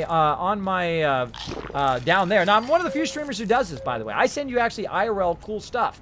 So you actually get a Kismet loot drop if you do subscribe. Hit that subscribe button. You subscribe at a certain level. I will actually send you some. I'll send you some Kiz caps, as well as some other surprises in there as well. I might even send you a Kismet candy bar. That's right, but you didn't know. I have my very own candy bar with my name on it. Well, I didn't come up with it. Somebody else did, which actually someone told me in the stream that there's actually a Finland candy bar called the Kismet candy bar. Actually tastes like orange Twix. It's delicious. It's delicious. I'm glad at least they made a delicious one. They are fantastic. I might send you one of those. I might send you some other surprises as well in there as well. Pretty nice. There we go. Yes, you've seen them on your YouTube. Yes, I have sent them out. I have sent them out to people. I have sent a bunch of loot drops out. And to great expense, by the way. To great expense, sending them all over the world. I have learned a bit about international shipping, as Dark Angel knows. That if you actually, here's a great tip for you guys. If you are going to be a streamer, you're going to send stuff international, watch out. They have a limit, like about $45 or $40. If you declare the limit above that. Now, naturally in the U.S., they have a thing that has insurance that's at $50. Right, you automatically get like $50 or 50 American dollars worth of insurance. So I said, okay, just set it at $50. Well, guess what? If I had set it at $10 less, and some of that stuff is worth up to $50 depending on which one I sent, but not all of it was. Some of the smaller stuff, which is the smaller one, worth about $20, $30, right, that I sent out. I should have declared it at $30 because what happened was it got over there, and then they charged a tariff on top of it. So the people I sent it to had to pay money to get it on top of that. And I'm like, come on. They could have told me that before. I would have paid for it. I would have paid for that on top of it. I would have taken care of it before I had sent it to them if I had known. But now I know, and now you guys know. So watch out when you're sending stuff internationally, because some places do actually charge a tariff on stuff that's more than 50 bucks. It's like, what the heck is up with that? What the heck is up with that? They just get free money because I sent something to somebody else? That sucks. That sucks-ors. Sucks-ors big time. Because, you know, that's like, then they had to pay another $10, $20 on top of it, you know, depending on which place it was. So I will be very weary of that in the future when I send stuff out. I'm going to declare the value at like $10 and then send it out so you guys don't get charged when it's only worth $10 and you guys got charged more than it's worth. That sucks. I think that totally sucks. So there we go. Yeah. You don't mind buying. Well, thank you, Jazz Sands. I do appreciate that, but I would have totally paid for it. I would have paid for it from the donations here on the stream. That's where those donations go, by the way. They go to those Kismet loot drops. They go to maintaining the stream, of course, paying for all the stuff you have to pay for behind the scenes. If you are a streamer, a lot of you know what I'm talking about, like power and, of course, all of your subscriptions and stuff that you're doing to keep things going, in the stream. And you do have to have a bare minimum, though it is fairly inexpensive as business goes to get into streaming. It is still a business. It is still a business. You still have to, you know, pay your, you know, electric bill. You still got to pay all of that stuff to keep things going. And I only pay a portion of it, only the portion that I'm using for the business. Because when you have a small business, it's just that. It's small, and you have to let it grow organically over time. If you try to expand it too fast, just like your vault, it will fail. If you don't pay attention enough to your bottom line and you're just spending money like crazy, you will also fail. A lot of very easy ways to fail at business. And you're going to have a chance of failure. Now let's talk a bit about the fear of failure along the way. Did I clear enough here? I'm trying to clear enough. I'm trying to stay focused. Stay focused. Did I clear enough here, or do I got to add more? Let's see. Can I get this girl in? No. How many? Oh my gosh. Tons. Tons more storage. All right. Now I'm going to go ahead and just upgrade one of these. Let's see. I think this one. We're going to go ahead and just upgrade it. We're just going to... Nah, let's not upgrade it. Nah. Let's see. How much is this? 350 and 350. That'll be 600 plus storage room, which is going to be 1,200. That's going to be 2,200, 3,200. So we're about there. We're about 4,500 now with the 4 storage rooms all filled out. So we're going to go ahead and just upgrade it. Forget it. We'll just drop the 4,500. We've got it to spend. We're good. We're good. Okay, now we should be able to bring rate. Yes, okay. There we go. Up, and he's heading back. How much longer? 1 day and 10 hours to go. There we go. Oh, getting a ton of recipes. Look at all those recipes. Wow. Nice. Nice. And again, as she comes in, just go ahead and put her right into endurance. So she's working on her endurance. Every time I have them in the vault, they are working on their training. Eventually, when they're finished training up, they have max and all stats that will go into a stem pack room so they can generate stem packs while I'm waiting to send them out to the wasteland. So there we go. Looking good. Looking good. So yeah, so let's talk a bit about the fear of failure. Now, when you're young, when you're children, you don't fear failing, right? Because you stand up, you fall on your face. You stand up, you fall on your face, and one of those times you stand up and you don't fall on your face, right? Life is very much like that. You're going to fail. You are. And for some reason, people are going to make it where you can't fail at something. People are going to say, well, you know, you're a failure. You failed at this thing. So what? So if you do. I failed at a bunch of things. I've also succeeded greatly at some other things, right? Because I never give up at what I do. Now, there's a gigantic chance of failure being a streamer. Gigantic chance. Your chance of success, 5-10%, maybe maximum. Now, I've actually had some success, which is great. Thanks to a whole bunch of people who have been successful, a whole bunch of hard work on my part, and just maybe a little bit of luck. Maybe a little bit of luck along the way. But if you love something, there's a huge difference than if you're just doing it to try to make money. I don't do this job to make money. If I could do design, I would be making way more money than any potential money than I will make being a streamer. Unless I become like a super streamer like, you know, Tim the Tat Man, or somebody who's like got 10,000 people in there, or Lyric, or somebody like that, who have like 10, 20,000 people in their stream all the time. Now, do I think I'm going to have that? Maybe. Maybe. I'd love to do that. I'd love to be the best streamer there ever was and make this the best stream I've ever done. I'd love to do that. But your chance of failure is pretty high, so keep that in mind. But you do have a chance of success. There is still a chance of success there if you work at it hard enough, if things happen for you, if luck happens. Now, people are going to tell you in your life, oh, well, all you have to do is work really hard and you'll succeed. Maybe 50% of the time. What needs to happen is you need to have a passion for it. You have to love what you do, and that's going to help you a lot. Now, of course, people have done it with not having a passion for it. They have succeeded, but it is so much harder to do it that way. So much harder to do something that you don't love to do every day because you don't want to go into work every day because you don't want to be there. You don't want to be there every day. You want to be out of there every day. So when I go to stream, it feels like seconds have gone by. Like, I've been talking way too much, and like an hour and a half has gone by already in the stream here. So we need to get going. We need to get going in here. But that's what I'm going to say. Don't worry about failure. It's okay to fail. I give myself the freedom to fail, right? I fail at stuff all the time, but I learn stuff from it, right? That's the most important part. So again, we talk a little real life stuff. We talk a bit of positivity here in the stream. Don't be afraid to do what you love to do. Don't be afraid of it. You're going to fail. It's kind of like learning to ride your bike, right? When my kids are learning to ride their bike, very originally, I said, you're going to fall. Yep, you're going to fall. You're going to scrape your knees. You're going to hit your thing. You're going to run into trees. You're going to fall off your bike quite often. But then there'll be a point in which you don't fall off your bike, where you can ride it, do wheelies, do all that kind of cool stuff over time. But you will fall, and you will fail, and you will have a mistake, and you will hurt yourself, and you'll scrape yourself, and you cut yourself, and do all that. Give them realistic expectations, right? Because that's what I did when I was young. I fell all the time. And then eventually I didn't fall. And then eventually I could drive the bike without even holding the handlebars. I could free ride, right? That's how I would ride to school every day. My 10-speed, my way down there. And I would ride my 10-speed without even using the handlebars. I had my thing on. I just ride down the road. Back in those days. I can still do it today, though I don't ride my bike very much. I ride it when my kids are riding their bike. When it's warm enough. When it's not raining or being super cold around here. But there you go. So you will fail. It's part of the process. Keep on going. What is with these rad scorpions today? Let's go ahead and see if I can stop it before it gets to the next room. I seriously doubt it. Nope, he already went to the next room. See how quick these events are? These events are way too fast.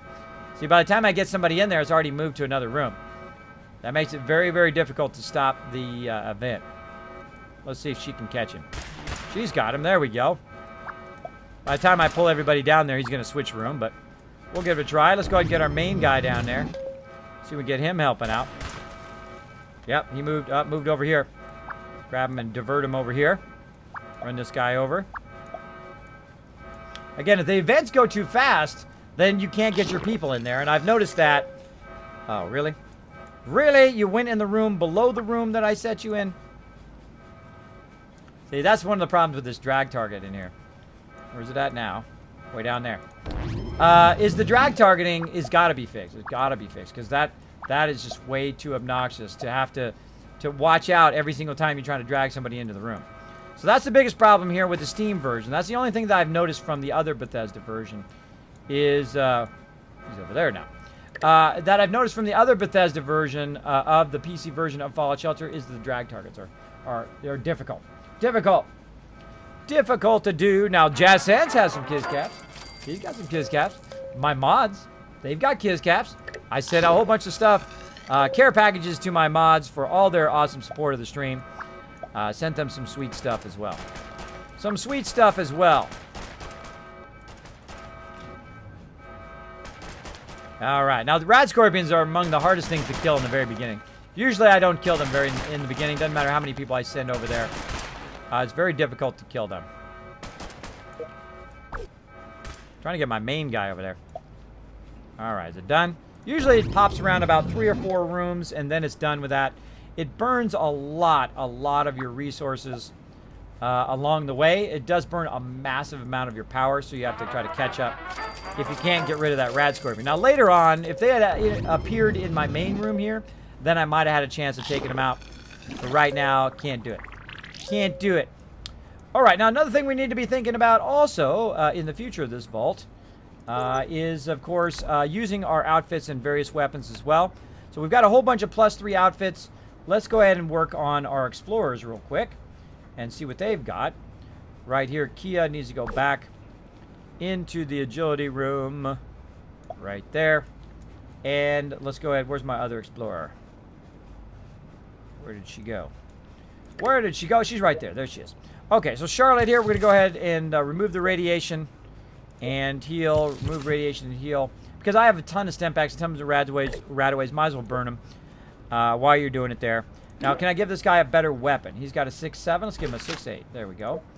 And he's got a 13. That's very nice. And I think she has at least a 13, too. She has a 13-15. Wow. Wow.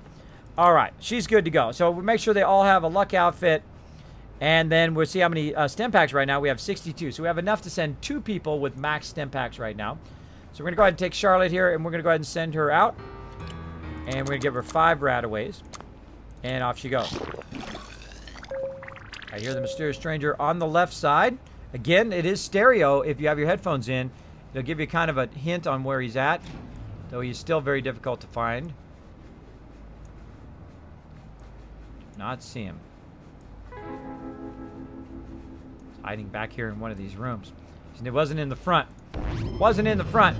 There we go. Now we got our power back on again. We'll see our power on these rooms down here start to come back on. But I'm not really using those rooms, so that's fine if they're off down there. If they're totally off, that's okay. All right, so we've got our explorers going. We want to go ahead and get another explorer going. Who do we got here? Daniel, we'll get him going since he has the better weapon. Let's get him fired off to the wasteland. Notice I can click right here. If I click right there where the stem pack is, it automatically takes it to maximum. Same thing here in radaways. I can go ahead and take it to maximum if I want. But I'm only going to send about 5 radaways just in case we get a quest. That's the only reason I send them with radaways. Usually about 5. Usually they come back with all 5, by the way. They will not use those radaways usually before they die. Before they die. So go ahead and send him out, and hopefully we get some quests going on too, so we can get those going as well. Now we have about 23 people right now who are babies. Let's go ahead and look at our thing here. We've got little children right now. We've got 23 children who are going to grow up in about 3 hours. About 3 hours, but I don't think we're going to have enough time to see them grow up in this particular stream. We'll keep going. Now, if you notice, I've been just kind of letting things happen right now because I'm not trying to rush my vault. I'm not trying to rush up ahead. I'm trying to build up enough caps, and basically that's why I'm kind of just chatting while I'm waiting in the vault because I don't want to go too fast. If you go too fast, your vault will fail, right? It will fail. So I'm going to go ahead and upgrade this nuclear reactor. Boom. Now we are absolutely styling on power up there because now it's going to produce 68 power in this one room. Now watch how much it is to upgrade it again. That's right, 18,000 caps. So we're going to be doing that much later. Now we're going to have to do that, by the way, 9 times. We're going to have to upgrade it once and then upgrade it again about 9 times before we get it going. Maybe we could do it less if we get lucky, if our people get leveled up in time. We'll see. Maybe about 5 fully upgraded power rooms if we're going to go ahead and fill out the whole rest of the vault. If we're not going to fill out the whole rest of the vault, we could stay like this for a while until everybody gets max level, and then you could expand your vault. It's really up to you what you want to do. Whether you want to do more of a long-term thing or you want to do a short-term. You could also go in here, build up all your stuff, and just wait for all of your people to get maximum level, right? Or maximum stats. Like these guys right here, I could wait for them to get maximum all stats if I wanted to. How long would that take? About at least 9 or 7 days per stat. So basically if you did it every single time, or you could do it in less days if you're doing it every 2 or 3 hours to try to switch them around various stats. But literally you could up them, you could probably get them all the way up max stats in about a month if you're very diligent. Very diligent in what you're doing. Very, very diligent. If you had enough rooms, of course, and all of your people were constantly training all the time. Tyler says, I started Fallout Shelter today. I'm super addicting. There you go. I got a character, says Mr. Welch. Exactly. You do. You do. When all these children grow up, by the way, I'm going to be added your names who are on the list to the vault. I hear him. He's right in front of me somewhere. I heard him right in front of me. Right there. Gotcha. All right. Again, we're still struggling with our power here, but that's okay. We're going to go ahead and just rush a little bit. Now it's down to 18%. You might have noticed. There we go. Now we're catching up. Now we're catching up on that power. And again, some of these people that grow up are also going to be on my power, so that I make sure that my power is always kind of at maximum. This way I don't have to worry about it when I'm working around in my room. I don't have to collect my power as often. Now what we're going to do also is when we bring back Mr. Handy, what we're going to do is we're going to use him here in the first level as a defender as well. Because he's probably good enough going one trip out there. 5,000 cats probably about as much as I need to send him. Again, let's go ahead and clear our stuff. And we're going to craft some more weapons. That's what I was going to do. Let's see. We've got this one going for a pistol. And right now it's under agility. And I was going to switch their outfits. So what do we got going up here? We've got military fatigues going. It's going to take another 5 minutes. So we don't need to really swap that one out. But this one here is about another hour. So how can we reduce that hour? Simply by giving them some agility outfits. And so I usually keep about 6 extra agility outfits. So I can then kind of swap them out. Now, if I don't have that many now, that's fine. But I'm going to go ahead and swap them out with just any random agility stuff that I can find. And you're going to see that now it's gone down to 56. Now, if I had a bunch of +7 outfits, that would go down by a whole lot, by like a half hour. Go down by a whole big bunch. Huh. Why is that guy up there? This is a crafting person here. This is one of my crafting people. All right, what I'm going to do is actually pull her out of there. And I'm going to send her up here to help with this crafting. And pull this guy out of rataways, because right now I don't need him to make rataways. Ever notice how when you're trying to grab that one person, that's always the person somebody else walks in front of? What is up with that? What's up with that? So we got plenty of rataways. I do eventually need to get my stim packs up, but I got 12 of them. That's enough to defend the vault for right now. And again, I'm going to go ahead and throw them all in there to try to make that faster. Now again, speaking of stim packs, I do need more stim packs so I can send my other explorer out to the wasteland. So let's go ahead and swap them back. Like so. And what I do is I always keep at least one person in the room here, so that it's always running. So that it's running, even if it's going to take 2 hours. At least there's somebody in there keeping it running the whole time. So let's give her that back. Let's go ahead and put my people back up in here. Right now it's going to take about 9 minutes, so you can really see the difference that these outfits make. Right, so right now, if I add this, right now we're at 8 minutes, 54 seconds. Now it's down to about 8 minutes. And again, Alt 2, boom, now we're down to 7 minutes. And so on. So the outfits are very vital in reducing the time it takes. And of course, there's diminishing returns. But it's very vital in reducing the time that it takes to get your people to get all leveled up. I hear him off to the right. Off to the right, that mysterious stranger. Hiding somewhere. Wait, at the bottom? Nope. So hard to see sometimes. Oh, nope. He was on the left. He was back there. Sneaky. All right. So again, we got to get those people going. Now, for some reason, I only got 5 of them in here. Somewhere else is one of my other people who are my intelligence people. Now, notice I named them all with an I. So now I can just go alphabetically down here and find somebody who's in the wrong room right here. Bleach Jump, who's in the weapon workshop, who is hanging out right there. So I'm going to go, she was hanging out behind the wall there, couldn't see. Or he's hanging around behind the wall. So we'll go ahead and switch that, and that should reduce this as well. Of course, we've got some raiders coming in. Going to use our defenders to defend the vault. Going to defend it. Hey, it's Hellboy. What's up, Hellboy? Thanks for hanging out. Appreciate it. Nice. Almost 1,500. Nice, Chase. Go, Chase, go. Go for it. All right, Raiders trying to make their way in. Let's get our A-team on the job. Let's do it. Oh, wrong button. There we go. A-team on the job. Get them, A-team. Take out those Raiders. Now, these Raiders will get tougher and tougher. The stronger my vault gets, the tougher these Raiders will get. Oh, look at that.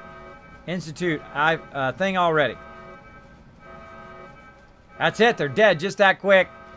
Destroyed those guys. They're trying to grab my food right now. Interrupted my power. They take a long time to die for some reason. I think they should just die in the back there so I can just click them. Look how quick he's still going. He's also stealing my caps too. They steal your caps and your food. Different encounters do different things to your vault. Meaning that some do food, some do power. And in this case, and some do also water. Alright. Looks good. Took care of them raiders, got some free loot. Build up some more of our power. There we go.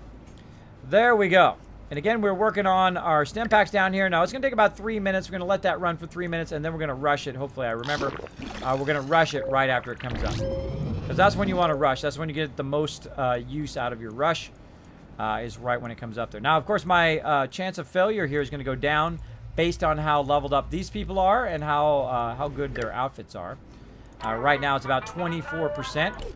As I get them leveled up, get them more to level 10, it'll get down to 20, and then 18, 15, and then all the way down to 10% chance of failure. Oh, there we go. Another strength outfit. Let's go ahead and dish that out to somebody. Get our strength going. Let's give it to Rigbo here. Rigbo. Nice new strength outfit for you, bro. There you go. There you go. Up, we're coming up. We got about another 20 minutes of the stream here. Time goes by so fast when you're playing games and having fun and streaming. It goes by so fast. So fast. Alright. Got everybody else squared away. Now, you'll see me look around quite often to see if everybody's ready. Right now, we're at 12 stem packs. This is going to give me 12 more, which is going to give me about 24. And then I want to rush and get 12 more on top of that, which will leave me some extras when I send them out with 25 stem packs out in the wasteland. Now, eventually, you'll see me build gigantic amount of stem pack rooms so that I can literally produce about 300 stem packs within a very short amount of time, because I'm going to be bringing 25 people in and out of the vault all the time as they run out to the wasteland and then come back with stuff and go out to the wasteland and come back. And I'll try to space them out. 5 this day, 5 the next day, 5 the next day, 5 the next day, so that they'll either be in the vault training or they'll be out in the wasteland basically going on. There we go. There we go. All right, looking good, and all that stuff. So we're waiting for the stem packs. We are now ready to craft something else. So again, we'll go through. We'll craft another one. We can make a ton of these. Look how many of these we can make. Like 18 of these military fatigues. Let's keep going. Now, I also got some military fatigues from the drop, so we're going to also get those and put those on various people here. Let's make sure we got them as S3. We got S2 here. Like so.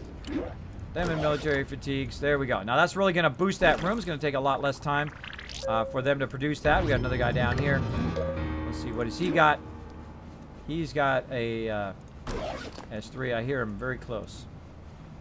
Very, very close.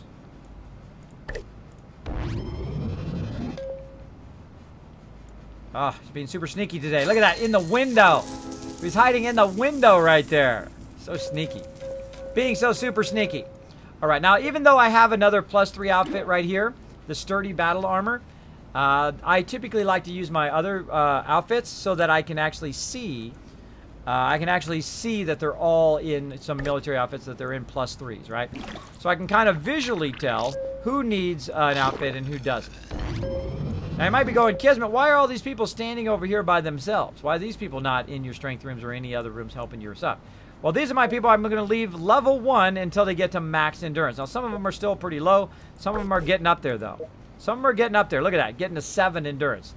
Now, eventually, when they reach maximum endurance, I will then start to level them up. I'll send them to the wasteland. They will level up very quickly because they can go out to the wasteland for a very long time. And then, of course, they'll be some of my strongest dwellers, because they will be getting higher level ups or bigger amount of hit points every time they level up, because they're starting with max endurance. I'll also give them a bunch of endurance outfits to go out there as well. And that's why I'm saving a ton of these endurance outfits over here, these +3s. Actually, I could probably give it to them now, speaking of it. Speaking of that, let's go ahead and just dish out a ton of these endurance outfits so we don't have to keep it in the storage there. And down here. Now, you can also give them luck outfits while you're waiting, because you never know what'll happen. especially early on.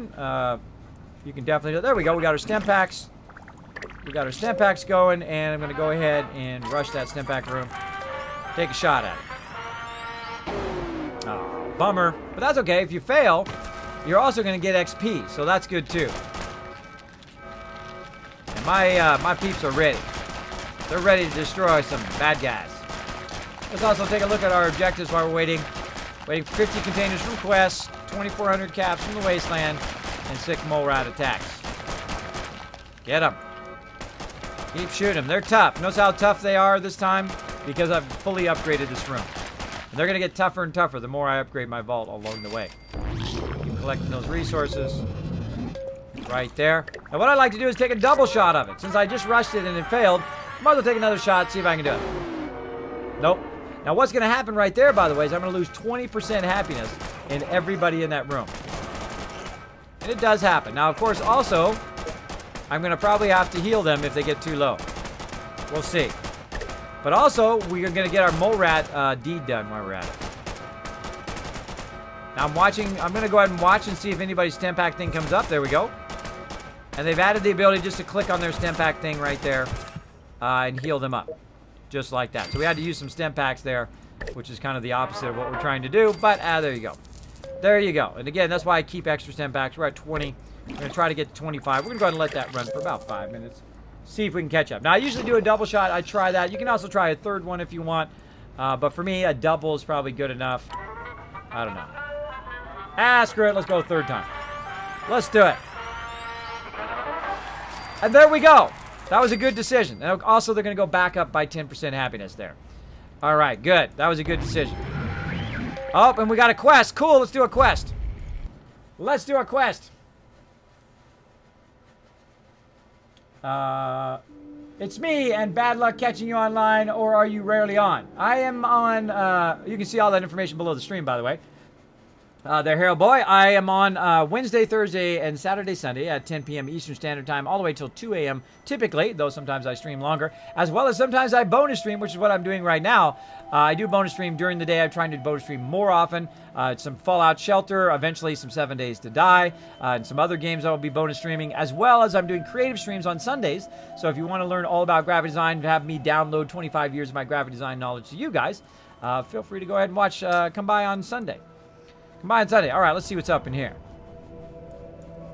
Curses, there's nothing here. You there from the vault, ain't you? Tell me where it is right now. I'm just here for the loot. Can I get unleaded on pump number 2? Sorry, my vault's all full. You have to go somewhere else. Don't mind me. I'll be on my way. I think I'm going to be a complete smart aleck. Can I get unleaded on pump number 2?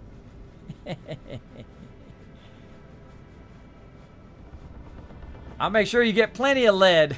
There we go. She's going to own him so bad. Later, bro. You're going to get owned. Now, the cool thing is she got 25 stem packs, so I don't think she's going to fail this unless I forget to heal her. But he's taking very little damage compared to how much she's taking, so I definitely will use some stem packs. Now, I love these little quests. They're super fun. But most of the time, you just kind of sit here and wait for it to run, and then, of course, heal them when you have to.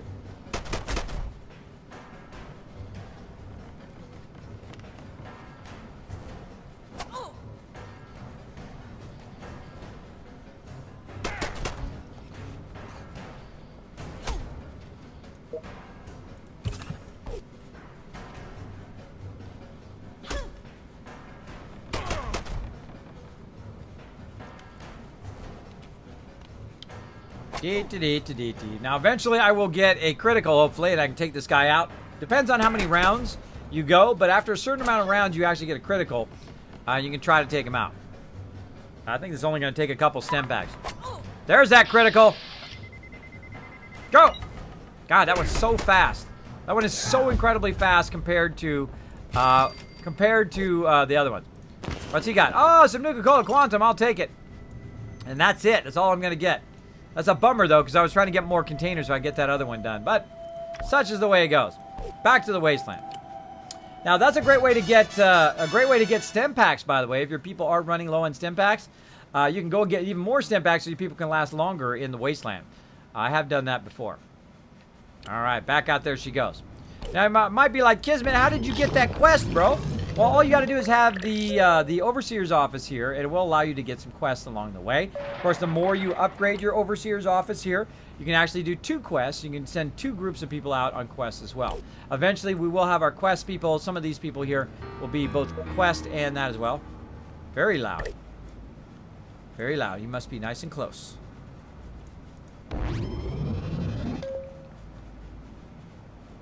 Now, of course, the bigger my vault gets, the more difficult it is to find him.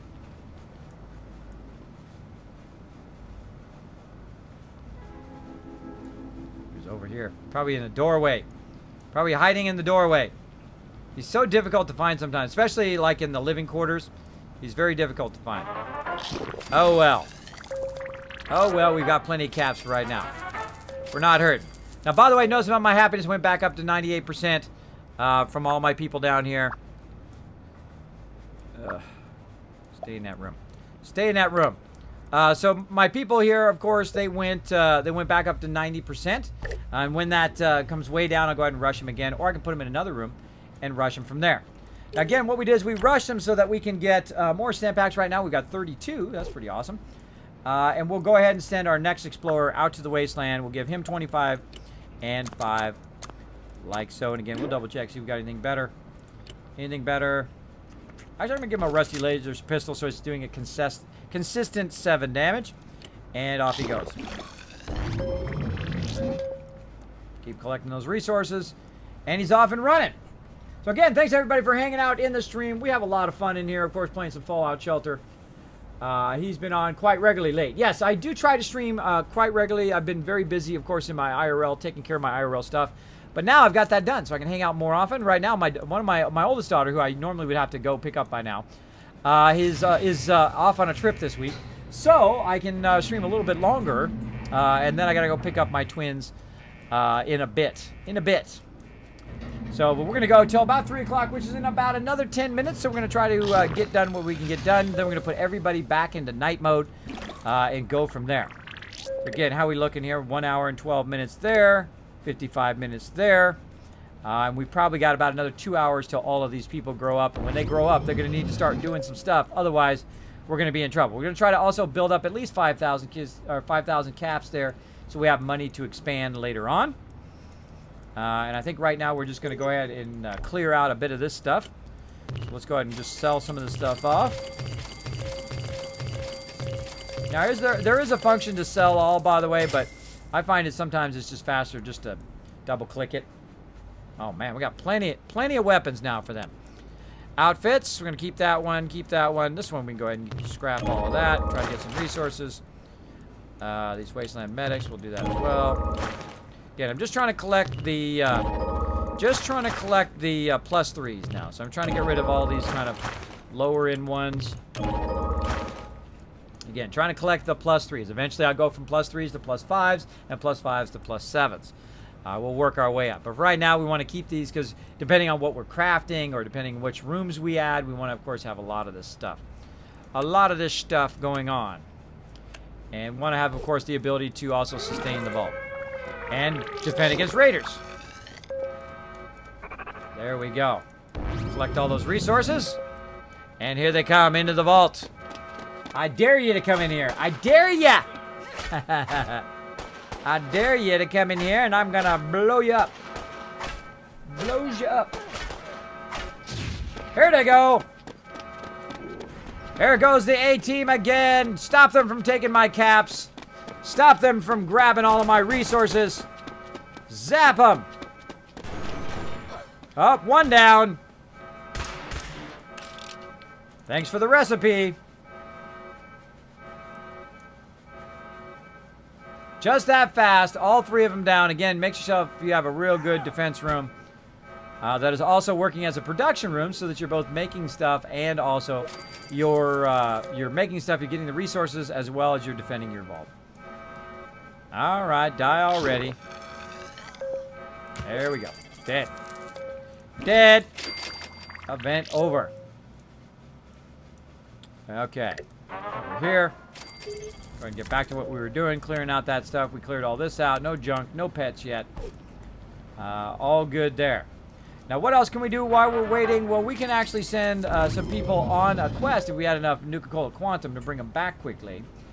But right now, we don't have them. We don't have enough Nuka-Cola Quantum, but when actually, we could send her back with that Nuka-Cola Quantum. Maybe we should do that. She's been out there 10 minutes. Let's go ahead and just recall her using our Nuka-Cola Quantum, which will then give us more Nuka-Cola Quantum. Like so. And then we'll collect. And that, of course, will give us 2 Nuka-Cola Quantums instead of just 1. And then also we'll get those cats that she just brought back. And then she'll come back in the vault, and I'll put her in the vault door. And then I'll immediately bring her back out of the vault. By the way, you can actually send them back to the wasteland before they actually get into the vault. Isn't that cool? And then I'll send her right back out again. There we go. And now we could probably do a quest. Let's see. Let's see if we can do a quest. Oh, let's get in our quest here. Now, again, we're going to need to do... let's do a quest that allows us to go back. It takes 3 hours, though. 3 hours on that one. 14 minutes. 14 hours, I mean. 14 hours, 45 minutes, 6 hours, 3 hours. Yeah, that's going to take a long time. That's going to take a long time. So what we'll do, since we're right here at the end of the vault, let's go ahead and do this one to get more Nuka-Cola Quantum. I think that's the thing to do. Right? Yeah. Let's go ahead and do this one, which is going to take 14 hours. But how long? Oh, it's going to take 7, so we can't do that one. That was going to take 7. Let's do this one. How long is this going to take? Oh, it's only going to take us 1. Okay, good. All right, so we're going to send our best people out, like so. There we go. Oh, that's not one of our best peeps. Let's go ahead and pick somebody else. Pick somebody else. Not him. All right, hold on. We gotta mark our questers now. All right, so we're gonna go. We obviously know this guy's gonna be a quester.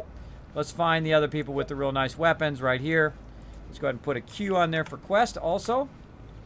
And right there, Dodge Meat, still a defender, but we swapped out Dodge Meat's outfit because Dodge Meat is not high enough level right here. Lethal Haze is going to be one of my questers. Boom. Okay. Now, the reason why I'm going to do this right now and that I'm going to do a questing is so that I can send them out and try to bring them back right away. It's going to give me some Nuka-Cola Quantum, which is basically going to allow me to do another quest next time.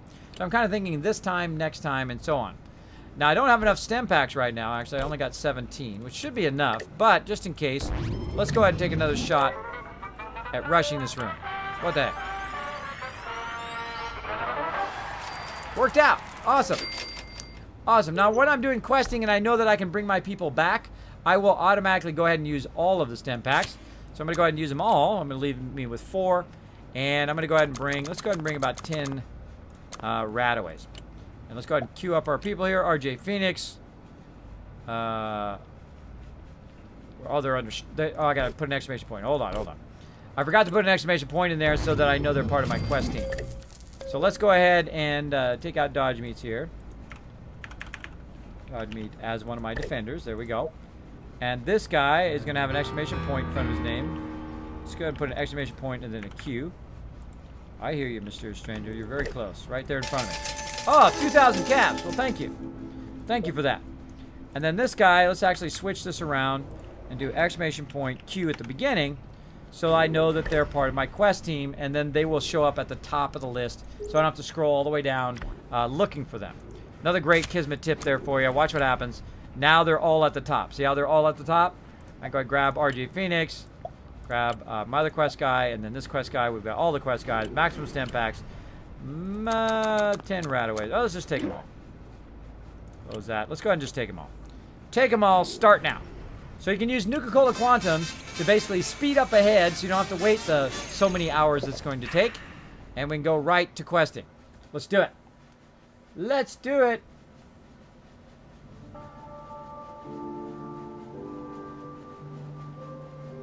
You think the Raiders would learn their lesson? The Raiders never learn their lesson. All right, rescue Paula Plumpkin. We're on like kind of the second stage of this. Let's go see what happens. See if we can get some more resources and get that deed done that we were working on as well. Or that objective done. Again, my best people with the best weapons, sent them out, wiped them out. That's what I like to do. I also use them as my defenders of the vault.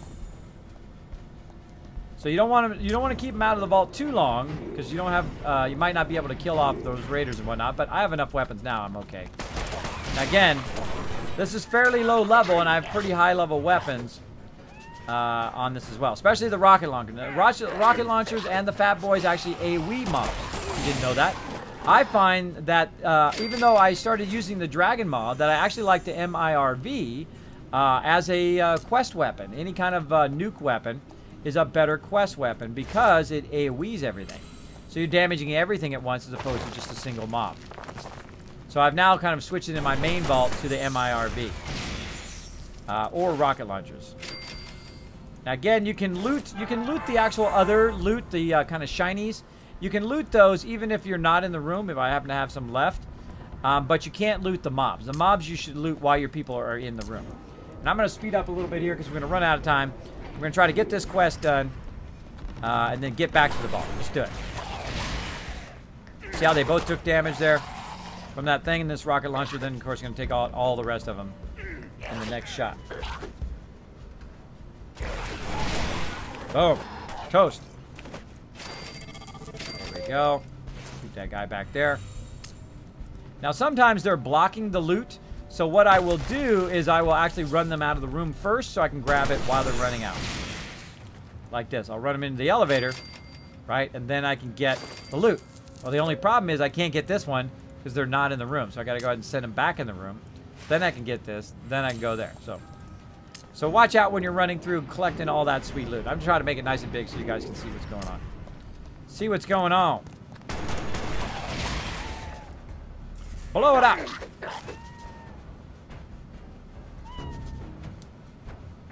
No problem, Dark Angel. I prefer vengeance. Oh, some more stem packs. Thank you. Thank you for them stem packs.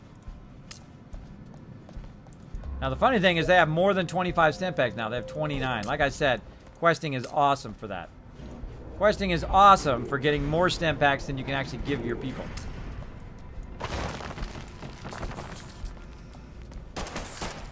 Watch them get rocketed in one shot. Boom, all of them dead.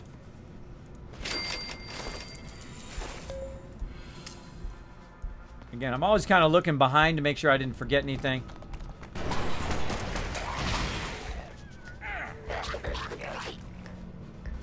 Get him, kitty, kitty! Get them all! Man, I don't think we're even going to use any stem packs here. Maybe one or two. Into the next room. Luck outfit, awesome. Now you can tell if that luck outfit is a +3 or a +5 simply by the noise. It would be a +5 if we heard a dun dun dun dun kind of noise. It's a +3 if you don't hear that noise, usually. Could be a +7 too. You can totally get really nice outfits in here as well. Again, you see I go very, very consistently kind of across every single room. Are you the rescue squad? I sure hope so. Now, by the way, you can speed this along just by clicking, by the way. I'm Manny McIntosh. The Pharaoh Ghouls captured a bunch of us. I think they were saving us all for a snack. One lady, Paula Pumpkin, managed to escape. She's my new hero. Did Paula say where she was going? I think she mentioned visiting some Vault 333. That's a lot of threes. There we go.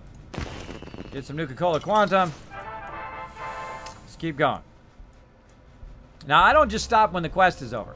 I keep going. I'm a super looter. I get every single room. I even unlock every single elevator, even though I don't have to. I unlock everything. Because, hey, you never know what you might find. Right now, I barely even used the stem pack.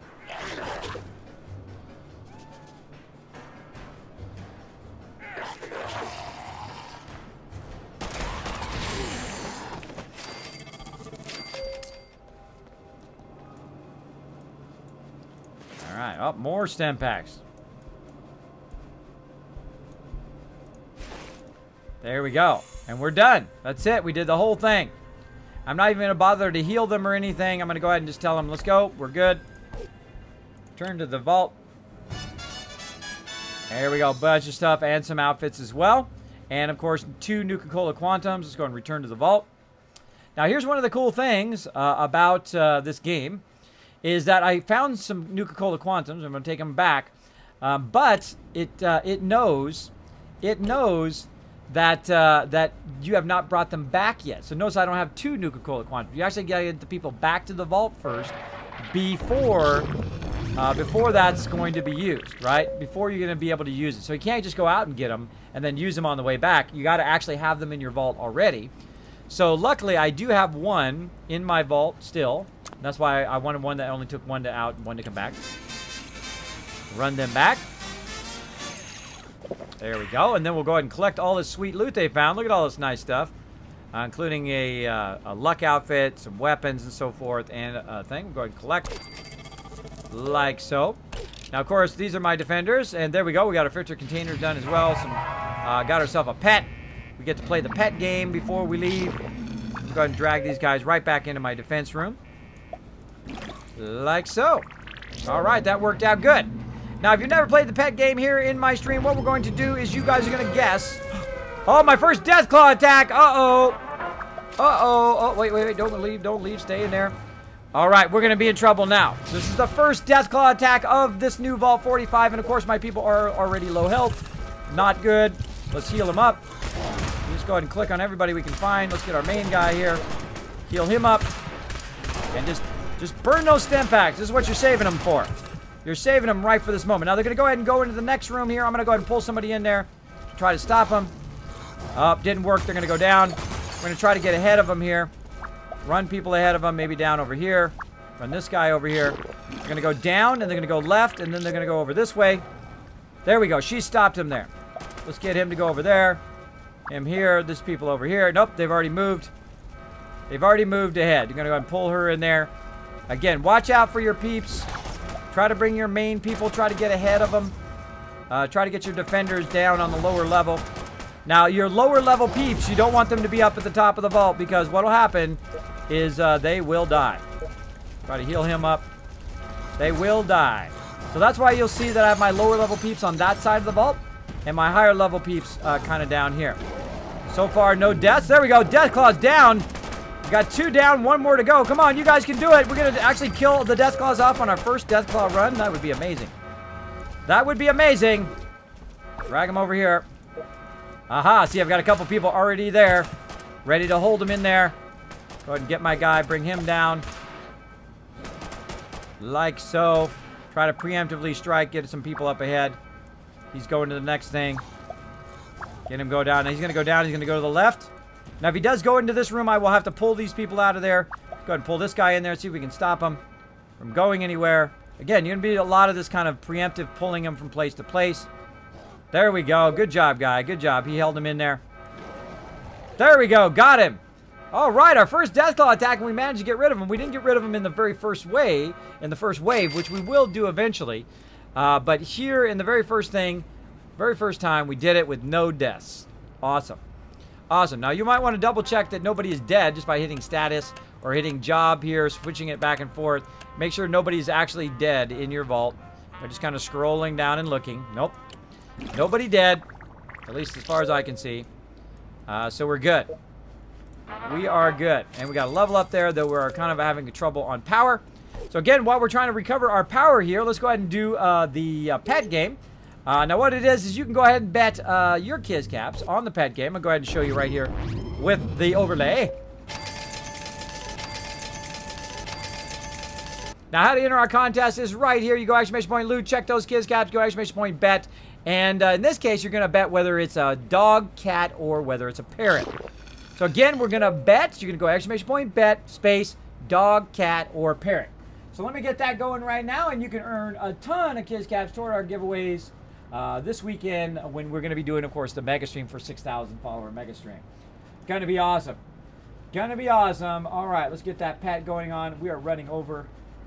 Running over, of course. It wouldn't be a Kismet stream if I wasn't overburdened at some point or running over. All right, let me find the pet game. Come on, pet game. There it is right there. I'm going to go ahead and give you... Go ahead and give you guys... Not 5 minutes. Oh, and I hear the mysterious stranger. Boom, click him. Keep those resources going. Let's go ahead and give you guys 2 minutes. And go. Or not go. Or not go.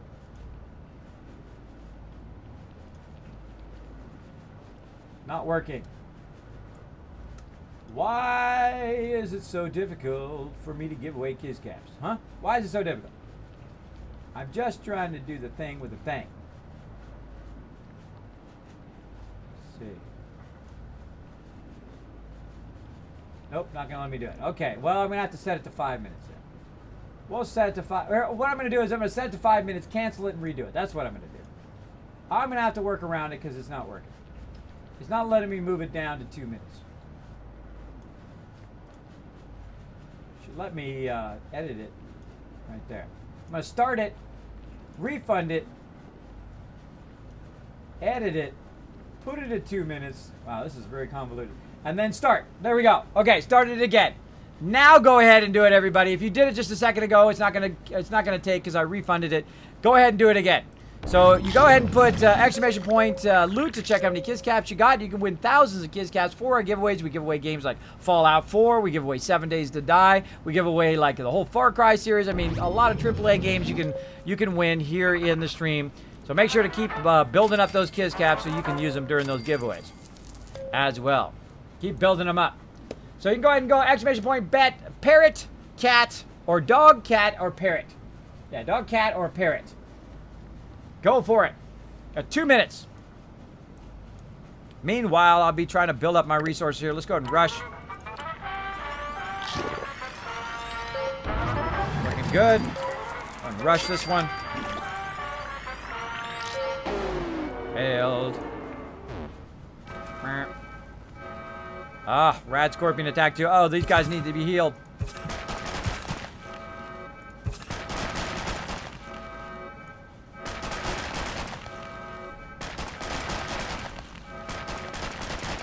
Getting some tougher attacks now.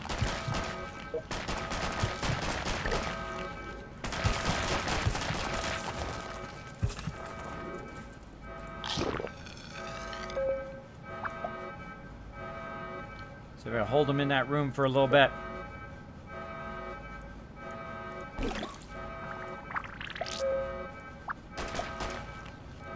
So now these peeps over here. Again, Rad Scorpion attacks are very, very difficult to get rid of at the very beginning. Now, of all of the dangers that I got, the Rad Scorpion attack is probably the worst. Because now it's going to really drain my power, and the whole point of me rushing was, of course, to try to get my power up so I could go put them in night mode. But yeah, Rad Scorpions are very, very difficult, along with Death Claws, to keep your vault going if they are constantly draining your thing. Now, eventually, of course, I want it where basically they can micromanage all of that. Of course, the longer it runs, that's way down here. Of course, the longer it runs, the less resources I'm going to have. So we'll go ahead and let it run, and it's going to peter out now on the next couple.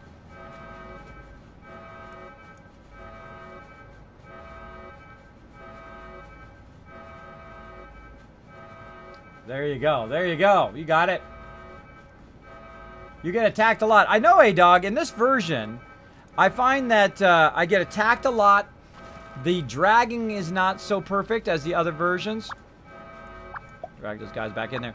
The dragging doesn't drag as well. Like, you see sometimes I drag and it actually will select a room underneath there. And I find that the events are much faster. They show up faster, they happen more often, which is great in Mysterious Stranger, but when it's a lot of events that happen a lot, that can get very, very tedious. Very much like survival mode where they happen all the time. They happen constantly. All the time, which gets very old after a while because you have no time to do all the rest of your stuff. So they're constantly interrupting everything that you're doing in the vault. But no, of course, you're playing survival mode. There you go. I also don't like it because your people perma-die. Oh wow, double fail. Double fail, and another Rad Scorpion attack. All right. Oh man, I gotta finish this Rad Scorpion attack as quick as possible. And get this going. All right, where's my main guy? I'm going to put my main guy right about halfway because I seriously doubt he's going to get there in time. So I'm going to pull him about halfway. And I'm going to go ahead and pull some of my other quest defenders right here. About halfway down. Show you another little Kismet trick here. Pull them about halfway down. Your defenders. Because what they're going to do is they're going to go out of that room into another room. He's way down here now. So there's no way I'm going to get down there in time. So I'm just going to let him burn some of my resources. And then when he goes to the next one, when he tries to go up here, I'll try to hold him in the room and take him out with my 3 defenders here. Who are, of course, in the wrong room. My power's getting very, very low now. Oh, he went over there. All right, well, we'll just let him run. Because, again, by the time you get him down there, he switches rooms. Because the events are a little bit too fast, and they switch over a little bit too fast, I think, here in the PC version. Needs a little bit of a tweak here on the Steam version, because it does go too fast. Where is it? Oh, in the room right above. All right, let's try to grab him. Pull this lady over to try to hold him in there. And let's run these guys up. Let's run these guys up, run this girl over. Nope, now he's down there. See? Nearly impossible to get the Rad Scorpion if you don't have somebody in the room trying to hold him. So again, this event's gonna go away by the time I even get anybody to the room. We'll try it. But again, very early in the vault, it's very difficult to kill the Rad Scorpions. What? Again? Oh, he's right here now. Running them all over the vault.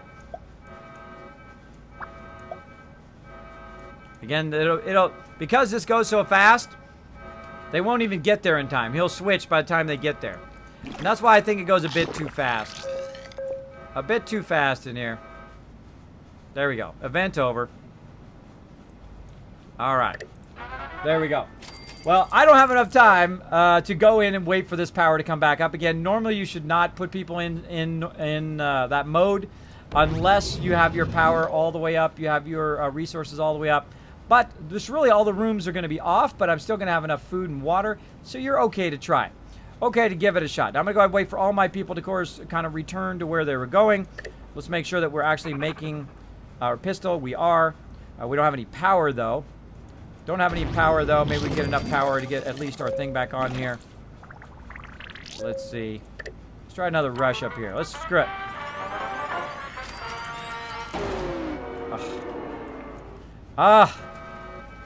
Rad Roach. Okay, Rad Roaches aren't so bad.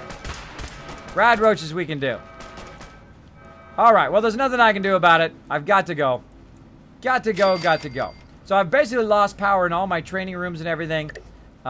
Basically, it's not going to go. So I'm going to have to wait that out. I'm going to have to wait that out now. The 50 seconds, the minute here, and then 5 minutes down here. Wow. I've got to, so what I did is I tried to take a risk. It failed. It's okay if you make a mistake and you fail. But I've got to have at least the power in my training room so that my people are training when I'm not around. So I've got to let that run for a few minutes. I guess I can squeeze another 5 minutes out of this stream. 5 minutes I'm going to try and give this 5 minutes so I can get my power back up again. Hopefully no more Rad Scorpions attack. While we're doing that, we got our people out in the wasteland. Looking good. Already collecting stuff. We got Jazz Sands on his way back and Saltbot on his way back. Looking good there.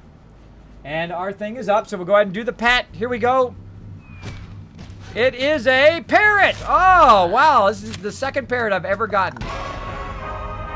×2 objective completion. Objective completion. Huh. Wow, I've never gotten that one. Let's go see. Let's go see what that one's all about.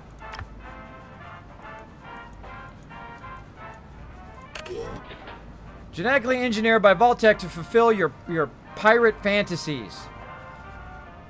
Your pirate fantasy. Objective completion. Huh.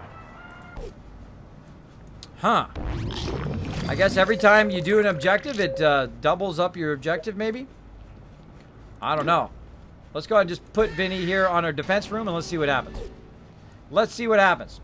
Again, we got to get our training rooms back on again. It really doesn't matter if my, this room is on down here, my weapon room. That's no big deal, but I've got to have my training rooms because we want to have, of course, have the ability to train up our peeps while we're out of the vault. Out of the vault. How much time we got here? 28 seconds.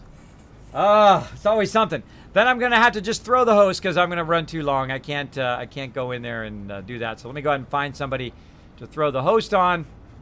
I am now running way behind. Way behind. Let me go ahead and check my creative chat. Who do we got? Who we want to show some love to? Oh, right here. Yes. That is totally who we're going to show some love to. Told ya. Exactly. There we go. Judas, thanks so much for dropping the Dragon Hammer, crushing the follow button, and becoming part of the Kismet Army. Welcome, welcome. We're trying to restore some of our power. I would rush the room again, but I know I'm going to get something like another rad scorpion. So that was pretty unlucky. I think that's probably the most unlucky I've been in the vault in a long time. In a long time. Kiz is bailing soon. Yes, I am bailing soon. I am going to leave very, very soon. But thanks for hanging out. So whoever voted Parrot, by the way, is the winner. Let me go ahead and click the winner. The winner was 2 people won the contest.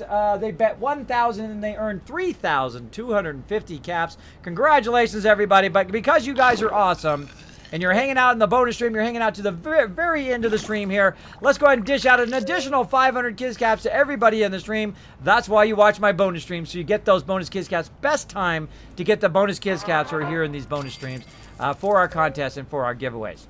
So thanks for hanging out, everybody. Here we go. We're going to get it right when it comes up here. Getting very, very close. How much longer over here? 28 seconds. Catching up a little bit. Now let's go ahead and see if we can put somebody else in here. We've got 5 of 6. Let's go ahead and just pick somebody else randomly. Who we can throw in there and maybe help it out a little bit more. She got 2 strength. 2 strength, that's good. Down here, who do we got? We got a dude down here that needs to be... His health needs to be repaired. Right here, we've got... she got a pretty decent amount of strength. Let's go ahead and pull her out of the construction room. What are we at now? 1 minute. Get that power. Come on, rooms. Come on. Who else can we pull out? Let's go ahead and just pull somebody out of here. Oh, let's get our stem pack and Radaway peeps. Let's pull them down here. Even though if they only do a little bit of help, at least it's a little bit faster. And they already have 2 strength because, of course, earlier I was talking about how you want to at least get everybody up to 2 so they're interchangeable between various rooms. Now is a great example. So instead of it taking a 1 minute down here now, it's going to take about 18 seconds. That's going to allow us to catch up a lot faster. There we go. Come on, power room. Come on, training rooms. Come back on again. Oh, time's up. Gotta go. Gotta go. Come on. Come on. There we go. We got our power rooms back on again. How much longer here? We've got 1 minute. Not going to wait for that. 40 seconds. We'll go ahead and wait for that. And I'm going to go ahead and start putting my people into night mode. Let's do it. Let's go ahead and pull these guys into night mode. Or no, let's pull the perception peeps. They just came up. So let's pull them into night mode. Like so. There we go. Again, how long is this going to take? 2 minutes. So we're not going to wait for that. We're going to go ahead and put our intelligence people into the intelligence room. Again, what you want to do is right before you get out of your vault, right before you're about to go do something else, and get out of your vault, put everybody into training. Throw them in the training so that you're getting some use out of their time. Now over here, I'm going to go ahead and just randomly put these guys in luck over here. Eventually, I will make another strength room down here. But for right now, I'm just going to throw those guys in luck. Let's throw these guys here, not into strength, into intelligence. Thank you. All right. And then over here, we've got some strength people. I'm going to go ahead and just spread them around a little bit. Let's go ahead and throw them one here into here. We've got a person over here doing that. They're good. And let's see what else we've got. What else we got? We got those people going. We've got the people at the top here. 44 seconds. Did I just get it? I just got it. All right. We got it. Let's do it. Going to pull them into strength as quickly as possible. Strength, if I can get them in the right room. He's already maxed. Going to pull him toward agility and then grab him when he's out of there if I can. There we go. And put him down here in endurance. Now I'm also looking, making sure nobody else is at maximum in here, like my perception peeps. Then I'm also going to pull all my agility peeps over. Like so. Pull all of them over here. And that should be everybody. Should be 0. Yes. And there. And I'm looking around, see if there's anybody else before we lose any power. We've got some people here. Throw one of those people into strength. We've got room in perception. I'm going to throw one of those people in. Wait a minute. Let's get this guy up in perception. Is he max perception? No. Put him in perception. Grab this person here. We're going to go ahead and just throw him in intelligence. What do we got here? We've got room down here in the luck room. Let's throw him in the luck room. We've got room in the other endurance room. We do. We have room in there for a couple other people. She's already maxed perception, so we're going to go drag her over to there, into endurance. And again, do we got room in here? Doesn't look like it. Maybe in the endurance room. Let's go ahead and throw there. Again, we're just trying to ride the edge. Oh, she's maxed. Grab her and put her in the endurance room. And we're going to wait for our people to run in there, and then we're going to get out of the vault as quick as possible. Get out of there as quick as possible. She should be in the intelligence room. She can go ahead and come back down here. She needs to go up there. There we go. And again, I'm trying to maneuver my people around as quick as possible. This is going very, very slowly, though. As quick as possible so that I can get out of the vault. And right now, actually, we're being pretty lucky. Pretty lucky that no events are going on and we haven't lost any rooms yet. All right. We're good. When this person stops, we're good. We're good. All right. Get out of the vault quick before we lose power. Boom. There we go. We did it. Now I'm going to go ahead and throw the host. This is an awesome supporter of the stream. His name is Daniel the Red. I want you to go over there. I want you to show that Kismet love over there. But I've got to run. I'm just going to throw the host. Go over there and say Kismet Love Train. Sharing the love. Tell Daniel I had to run. But we wanted to show him support, some love. I'm going to go ahead and throw some host right now. Boom. There you go. Bye, everybody. See you next time.